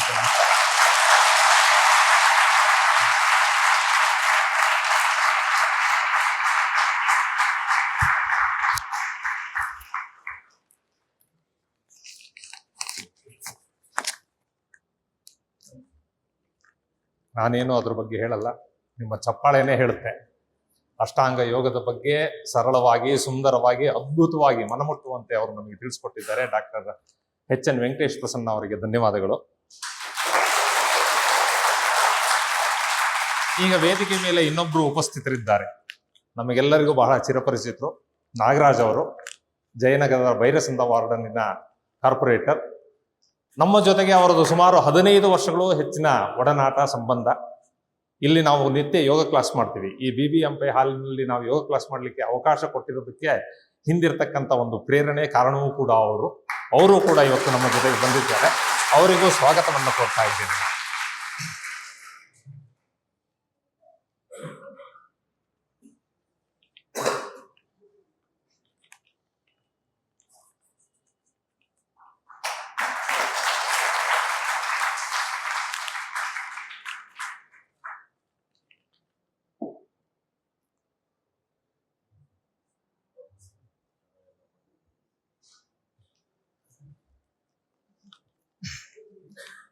ಶ್ರೀಯುತ ನಾಗರಾಜ್ ಅವರು ನಾವು ಕರೆದಾಗ ಯಾವತ್ತೂ ಕೂಡ ಆಗಲ್ಲ ಅಂತ ಹೇಳಿಲ್ಲ. ಅವ್ರದ್ದು ತುಂಬಾ ಬ್ಯುಸಿ ಸ್ಕೆಡ್ಯೂಲ್ ಇರುತ್ತೆ, ಆದರೂ ಕೂಡ ಒಂದು ಭೇಟಿನಾದ್ರೂ ಕೊಟ್ಟು ಹೋಗ್ತೀನಿ ಸರ್ ಅಂತ ಹೇಳ್ಬಿಟ್ಟು ನಮ್ಮ ಗುರುಗಳ ಹತ್ರ ಹೇಳಿ ತಪ್ಪದೆ ಬರ್ತಾರೆ. ಅವರಿಗೆ ನಿಮ್ಮೆಲ್ಲರ ಪರವಾಗಿ ಹೃತ್ಪೂರ್ವಕವಾಗಿ ಸ್ವಲ್ಪ ಧನ್ಯವಾದಗಳನ್ನು ಸಮರ್ಪಿಸ್ತಾ ಇದ್ದೇನೆ. ಹಾಗೆ ಇವತ್ತಿನ ಮುಖ್ಯ ಅಭ್ಯಾಗತರಾಗಿ ಬಂದು ನಮಗೆಲ್ಲರಿಗೂ ಅಷ್ಟಾಂಗ ಯೋಗದ ಬಗ್ಗೆ ಒಂದು ಓವರ್ವ್ಯೂ, ಪಕ್ಷಿ ನೋಟವನ್ನ ಕೇವಲ ಅವರೇ ಹೇಳಿದಾಗೆ 10 ದಿವಸದಲ್ಲಿ ಮಾತಾಡ್ತಕ್ಕಂಥ ವಿಷಯ 10 ನಿಮಿಷದಲ್ಲಿ ಅಂತ ಹೇಳ್ಬಿಟ್ಟು 10 ನಿಮಿಷದಲ್ಲೇ ಬಹಳ ಸುಂದರವಾಗಿ ಹೇಳ್ಕೊಟ್ಟಿರ್ತಕ್ಕಂಥ ಡಾಕ್ಟರ್ ಎಚ್.ಎನ್. ವೆಂಕಟೇಶ್ ಪ್ರಸನ್ನ ಅವರಿಗೂ ಕೂಡ ನಿರಾಮಯ ಯೋಗ ಕುಟೀರದ ವತಿಯಿಂದ ಹೃತ್ಪೂರ್ವಕವಾಗಿ ಧನ್ಯವಾದಗಳನ್ನು ಕೇಳ್ತಾ ಇದ್ದೇನೆ.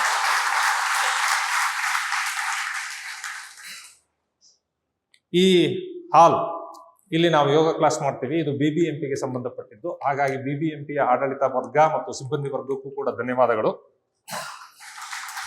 ಇದಾದ್ರ ಮೇಲೆ ಉಪಹಾರ ವ್ಯವಸ್ಥೆ ಇದೆ, ಎಲ್ಲರೂ ದಯಮಾಡಿ ಸ್ವೀಕರಿಸಬೇಕು. ಇವತ್ತಿನ ಉಪಹಾರ ವ್ಯವಸ್ಥೆಯನ್ನ ಪ್ರಾಯೋಜಿಸಿದವರು ಓಂಕಾರ ಆಫ್ಸೆಟ್ ಪ್ರಿಂಟರ್ಸ್ ಅಂತ ಹೇಳ್ಬಿಟ್ಟು, ಅದರ ವೆಂಕಟೇಶ್ ಬಾಬು ಮತ್ತು ಕುಟುಂಬದವರು. ಅವರಿಗೂ ಕೂಡ ಹೃತ್ಪೂರ್ವಕವಾಗಿರ್ತಕ್ಕಂಥ ಧನ್ಯವಾದಗಳನ್ನು ಸಲ್ಲಿಸ್ತಾ ಇದ್ದೇನೆ.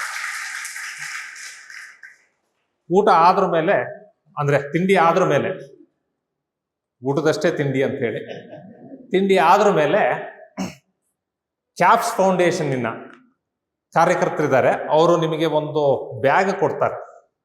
ಬ್ಯಾಗ್ ಯಾಕೆ ಕೊಡ್ತಾರೆ ಅಂತ ಹೇಳಿದ್ರೆ, ಆ ಬ್ಯಾಗು ಬಟ್ಟೆ ಬ್ಯಾಗು, ಅದ್ರ ಒಳಗಡೆಗೆ ಬಯೋಡಿಗ್ರೇಡಬಲ್ ಪ್ಲಾಸ್ಟಿಕ್ ಕವರ್ಗಳಿದಾವೆ, ಜೊತೆಗೆ ಒಂದು ಮಾವಿನ ಹಣ್ಣು ಕೂಡ ಇದೆ, ಎಲ್ಲ ಬಯೋಡಿಗ್ರೇಡಬಲ್. ಯಾಕೆ ಕೊಡ್ತಾ ಇದ್ದಾರೆ ಅಂತ ಹೇಳಿದ್ರೆ, ಅದ್ರ ಬಗ್ಗೆ ನಾನು ವಿಸ್ತಾರವಾಗಿ ಹೇಳೋದು ಬೇಕಾಗಿಲ್ಲ. ಬೆಂಗಳೂರಿನ ರೋಡ್ಗಳಲ್ಲಿ ನೀವು ಹೋಗೋಷ್ಟೊತ್ತಿಗೆ ಅಕ್ಕಪಕ್ಕ ನೋಡಿದ್ರೆ ಗೊತ್ತಾಗುತ್ತೆ. ಪ್ಲಾಸ್ಟಿಕ್ ಮಾಲಿನ್ಯ ಅಂತಕ್ಕಂಥದ್ದು ಭಸ್ಮಾಸುರನ ಜನನ ಆಗ್ಬಿಟ್ಟಿದೆ. ಈಗ ಎಲ್ಲರ ಮೇಲೂ ಎಲ್ಲರ ತಲೆ ಮೇಲೂ ಕೈ ಇಡ್ತಾ ಇದ್ದಾರೆ. ಹಿಂದೆ ಅನೇಕ ದಿನಗಳಲ್ಲಿ ಬೀಟ್ ದ ಪ್ಲಾಸ್ಟಿಕ್ ಪೊಲ್ಯೂಷನ್ ಅಂತ ಹೇಳ್ಬಿಟ್ಟು ಆ ಥೀಮ್ನಲ್ಲಿ ಘೋಷವಾಕ್ಯಗಳಲ್ಲಿ ಅನೇಕ ಕಾರ್ಯಕ್ರಮಗಳು ನಡೆದಿವೆ. ಆದ್ರೂ ಅದು ಕಡಿಮೆ ಆಗ್ತಾ ಇಲ್ಲ. ಆ ವಿಷಯದ ಕುರಿತಾಗಿ ಕ್ಯಾಪ್ಸ್ ಫೌಂಡೇಶನ್ ಚಂದ್ರಶೇಖರ್ ಶೆಟ್ಟಿ ಅವರು ನಮ್ಮ ನಿರಾಮಯ ಯೋಗ ವಿದ್ಯಾರ್ಥಿಯೂ ಕೂಡ ಹೌದು. ಅವರು ನಿರಂತರವಾಗಿ ಪ್ಲಾಸ್ಟಿಕ್ ಮಾಲಿನ್ಯದ ವಿರುದ್ಧ ಹೋರಾಡ್ತಾ ಇದ್ದಾರೆ. ಆ ದೃಷ್ಟಿಯಿಂದ ಇಲ್ಲಿ ನಮಗೆಲ್ಲರೂ ಬಂದಿರತಕ್ಕಂಥವ್ರಿಗೆ ಒಂದು ಅವೇರ್ನೆಸ್ ಬೇಕು ಅಂತ ಹೇಳ್ಬಿಟ್ಟು ಒಂದು ಕೈ ಚೀಲ ಕೊಡ್ತಾ ಇದ್ದಾರೆ. ನೀವೇನಾದ್ರೂ ಮಾರ್ಕೆಟ್ಗೆ ಹೋಗೋಷ್ಟೊತ್ತಿಗೆ ಆ ಕೈ ಚೀಲ ಹಿಡ್ಕೊಂಡು ಹೋಗಿ ಅನ್ನೋ ಒಂದು ದೃಷ್ಟಿಯಿಂದ.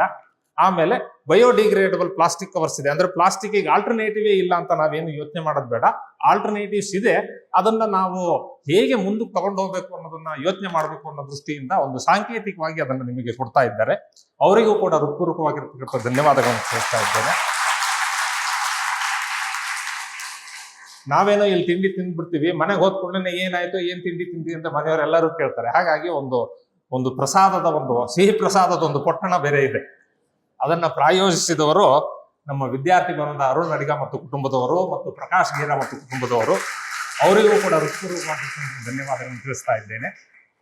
ಹಾಗೆ ಇವತ್ತಿನ ತಿಂಡಿಯನ್ನು ತಯಾರಿಸಿರ್ತಕ್ಕಂಥ ನಮ್ಮ ಯೋಗ ವಿದ್ಯಾರ್ಥಿಯಾಗಿರ್ತಕ್ಕಂಥ ಮಹೇಶ್ ಹೊಳ್ಳ ಮತ್ತು ಅವರ ಕುಟುಂಬದವರಿಗೆ, ಧ್ವನಿವರ್ಧಕ ವ್ಯವಸ್ಥೆಯನ್ನು ಮಾಡಿರ್ತಕ್ಕಂಥ ಎಂದಿನಂತೆ ಇಂದೂ ಕೂಡ ಅಂತ ಹೇಳ್ಬೇಕು ನಾನು, ಪ್ರತಿ ವರ್ಷ ಮಾಡ್ತಾರೆ, ಸನತ್ ಸೌಂಡ್ ಸಿಸ್ಟಮ್ ಅವರಿಗೆ, ಹಾಗೆ ವಿಡಿಯೋಗ್ರಫಿ ಮಾಡ್ತಾ ಇರ್ತಕ್ಕಂಥ ಅಭಿರಾಮ್ ಮತ್ತು ಅವರ ತಂಡದವರಿಗೆ, ಫೋಟೋಗ್ರಫಿ ಮಾಡ್ತಾ ಇರ್ತಕ್ಕಂಥ ದೀಪಕ್ ಪವಾರ್ ಅವರಿಗೆ, ಇವರೆಲ್ಲರಿಗೂ ಕೂಡ ನಿರಾಮಯ ಯೋಗ ಕುಟೀರದಿಂದ ಹೃತ್ಪೂರ್ವಕವಾಗಿರ್ತಕ್ಕಂಥ ಧನ್ಯವಾದಗಳನ್ನು ಸಮರ್ಪಿಸ್ತಾ ಇದ್ದೇನೆ.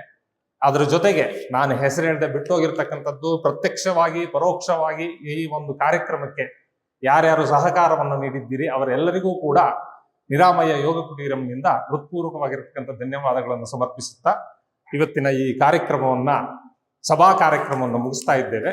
ದಯಮಾಡಿ ಎಲ್ಲರೂ ಉಪಹಾರವನ್ನು ಸ್ವೀಕರಿಸಿಬಿಟ್ಟು ಹೋಗ್ಬೇಕಂತ ಹೇಳಿ ಕೇಳ್ಕೊಳ್ತೇನೆ. ನಮಸ್ಕಾರ.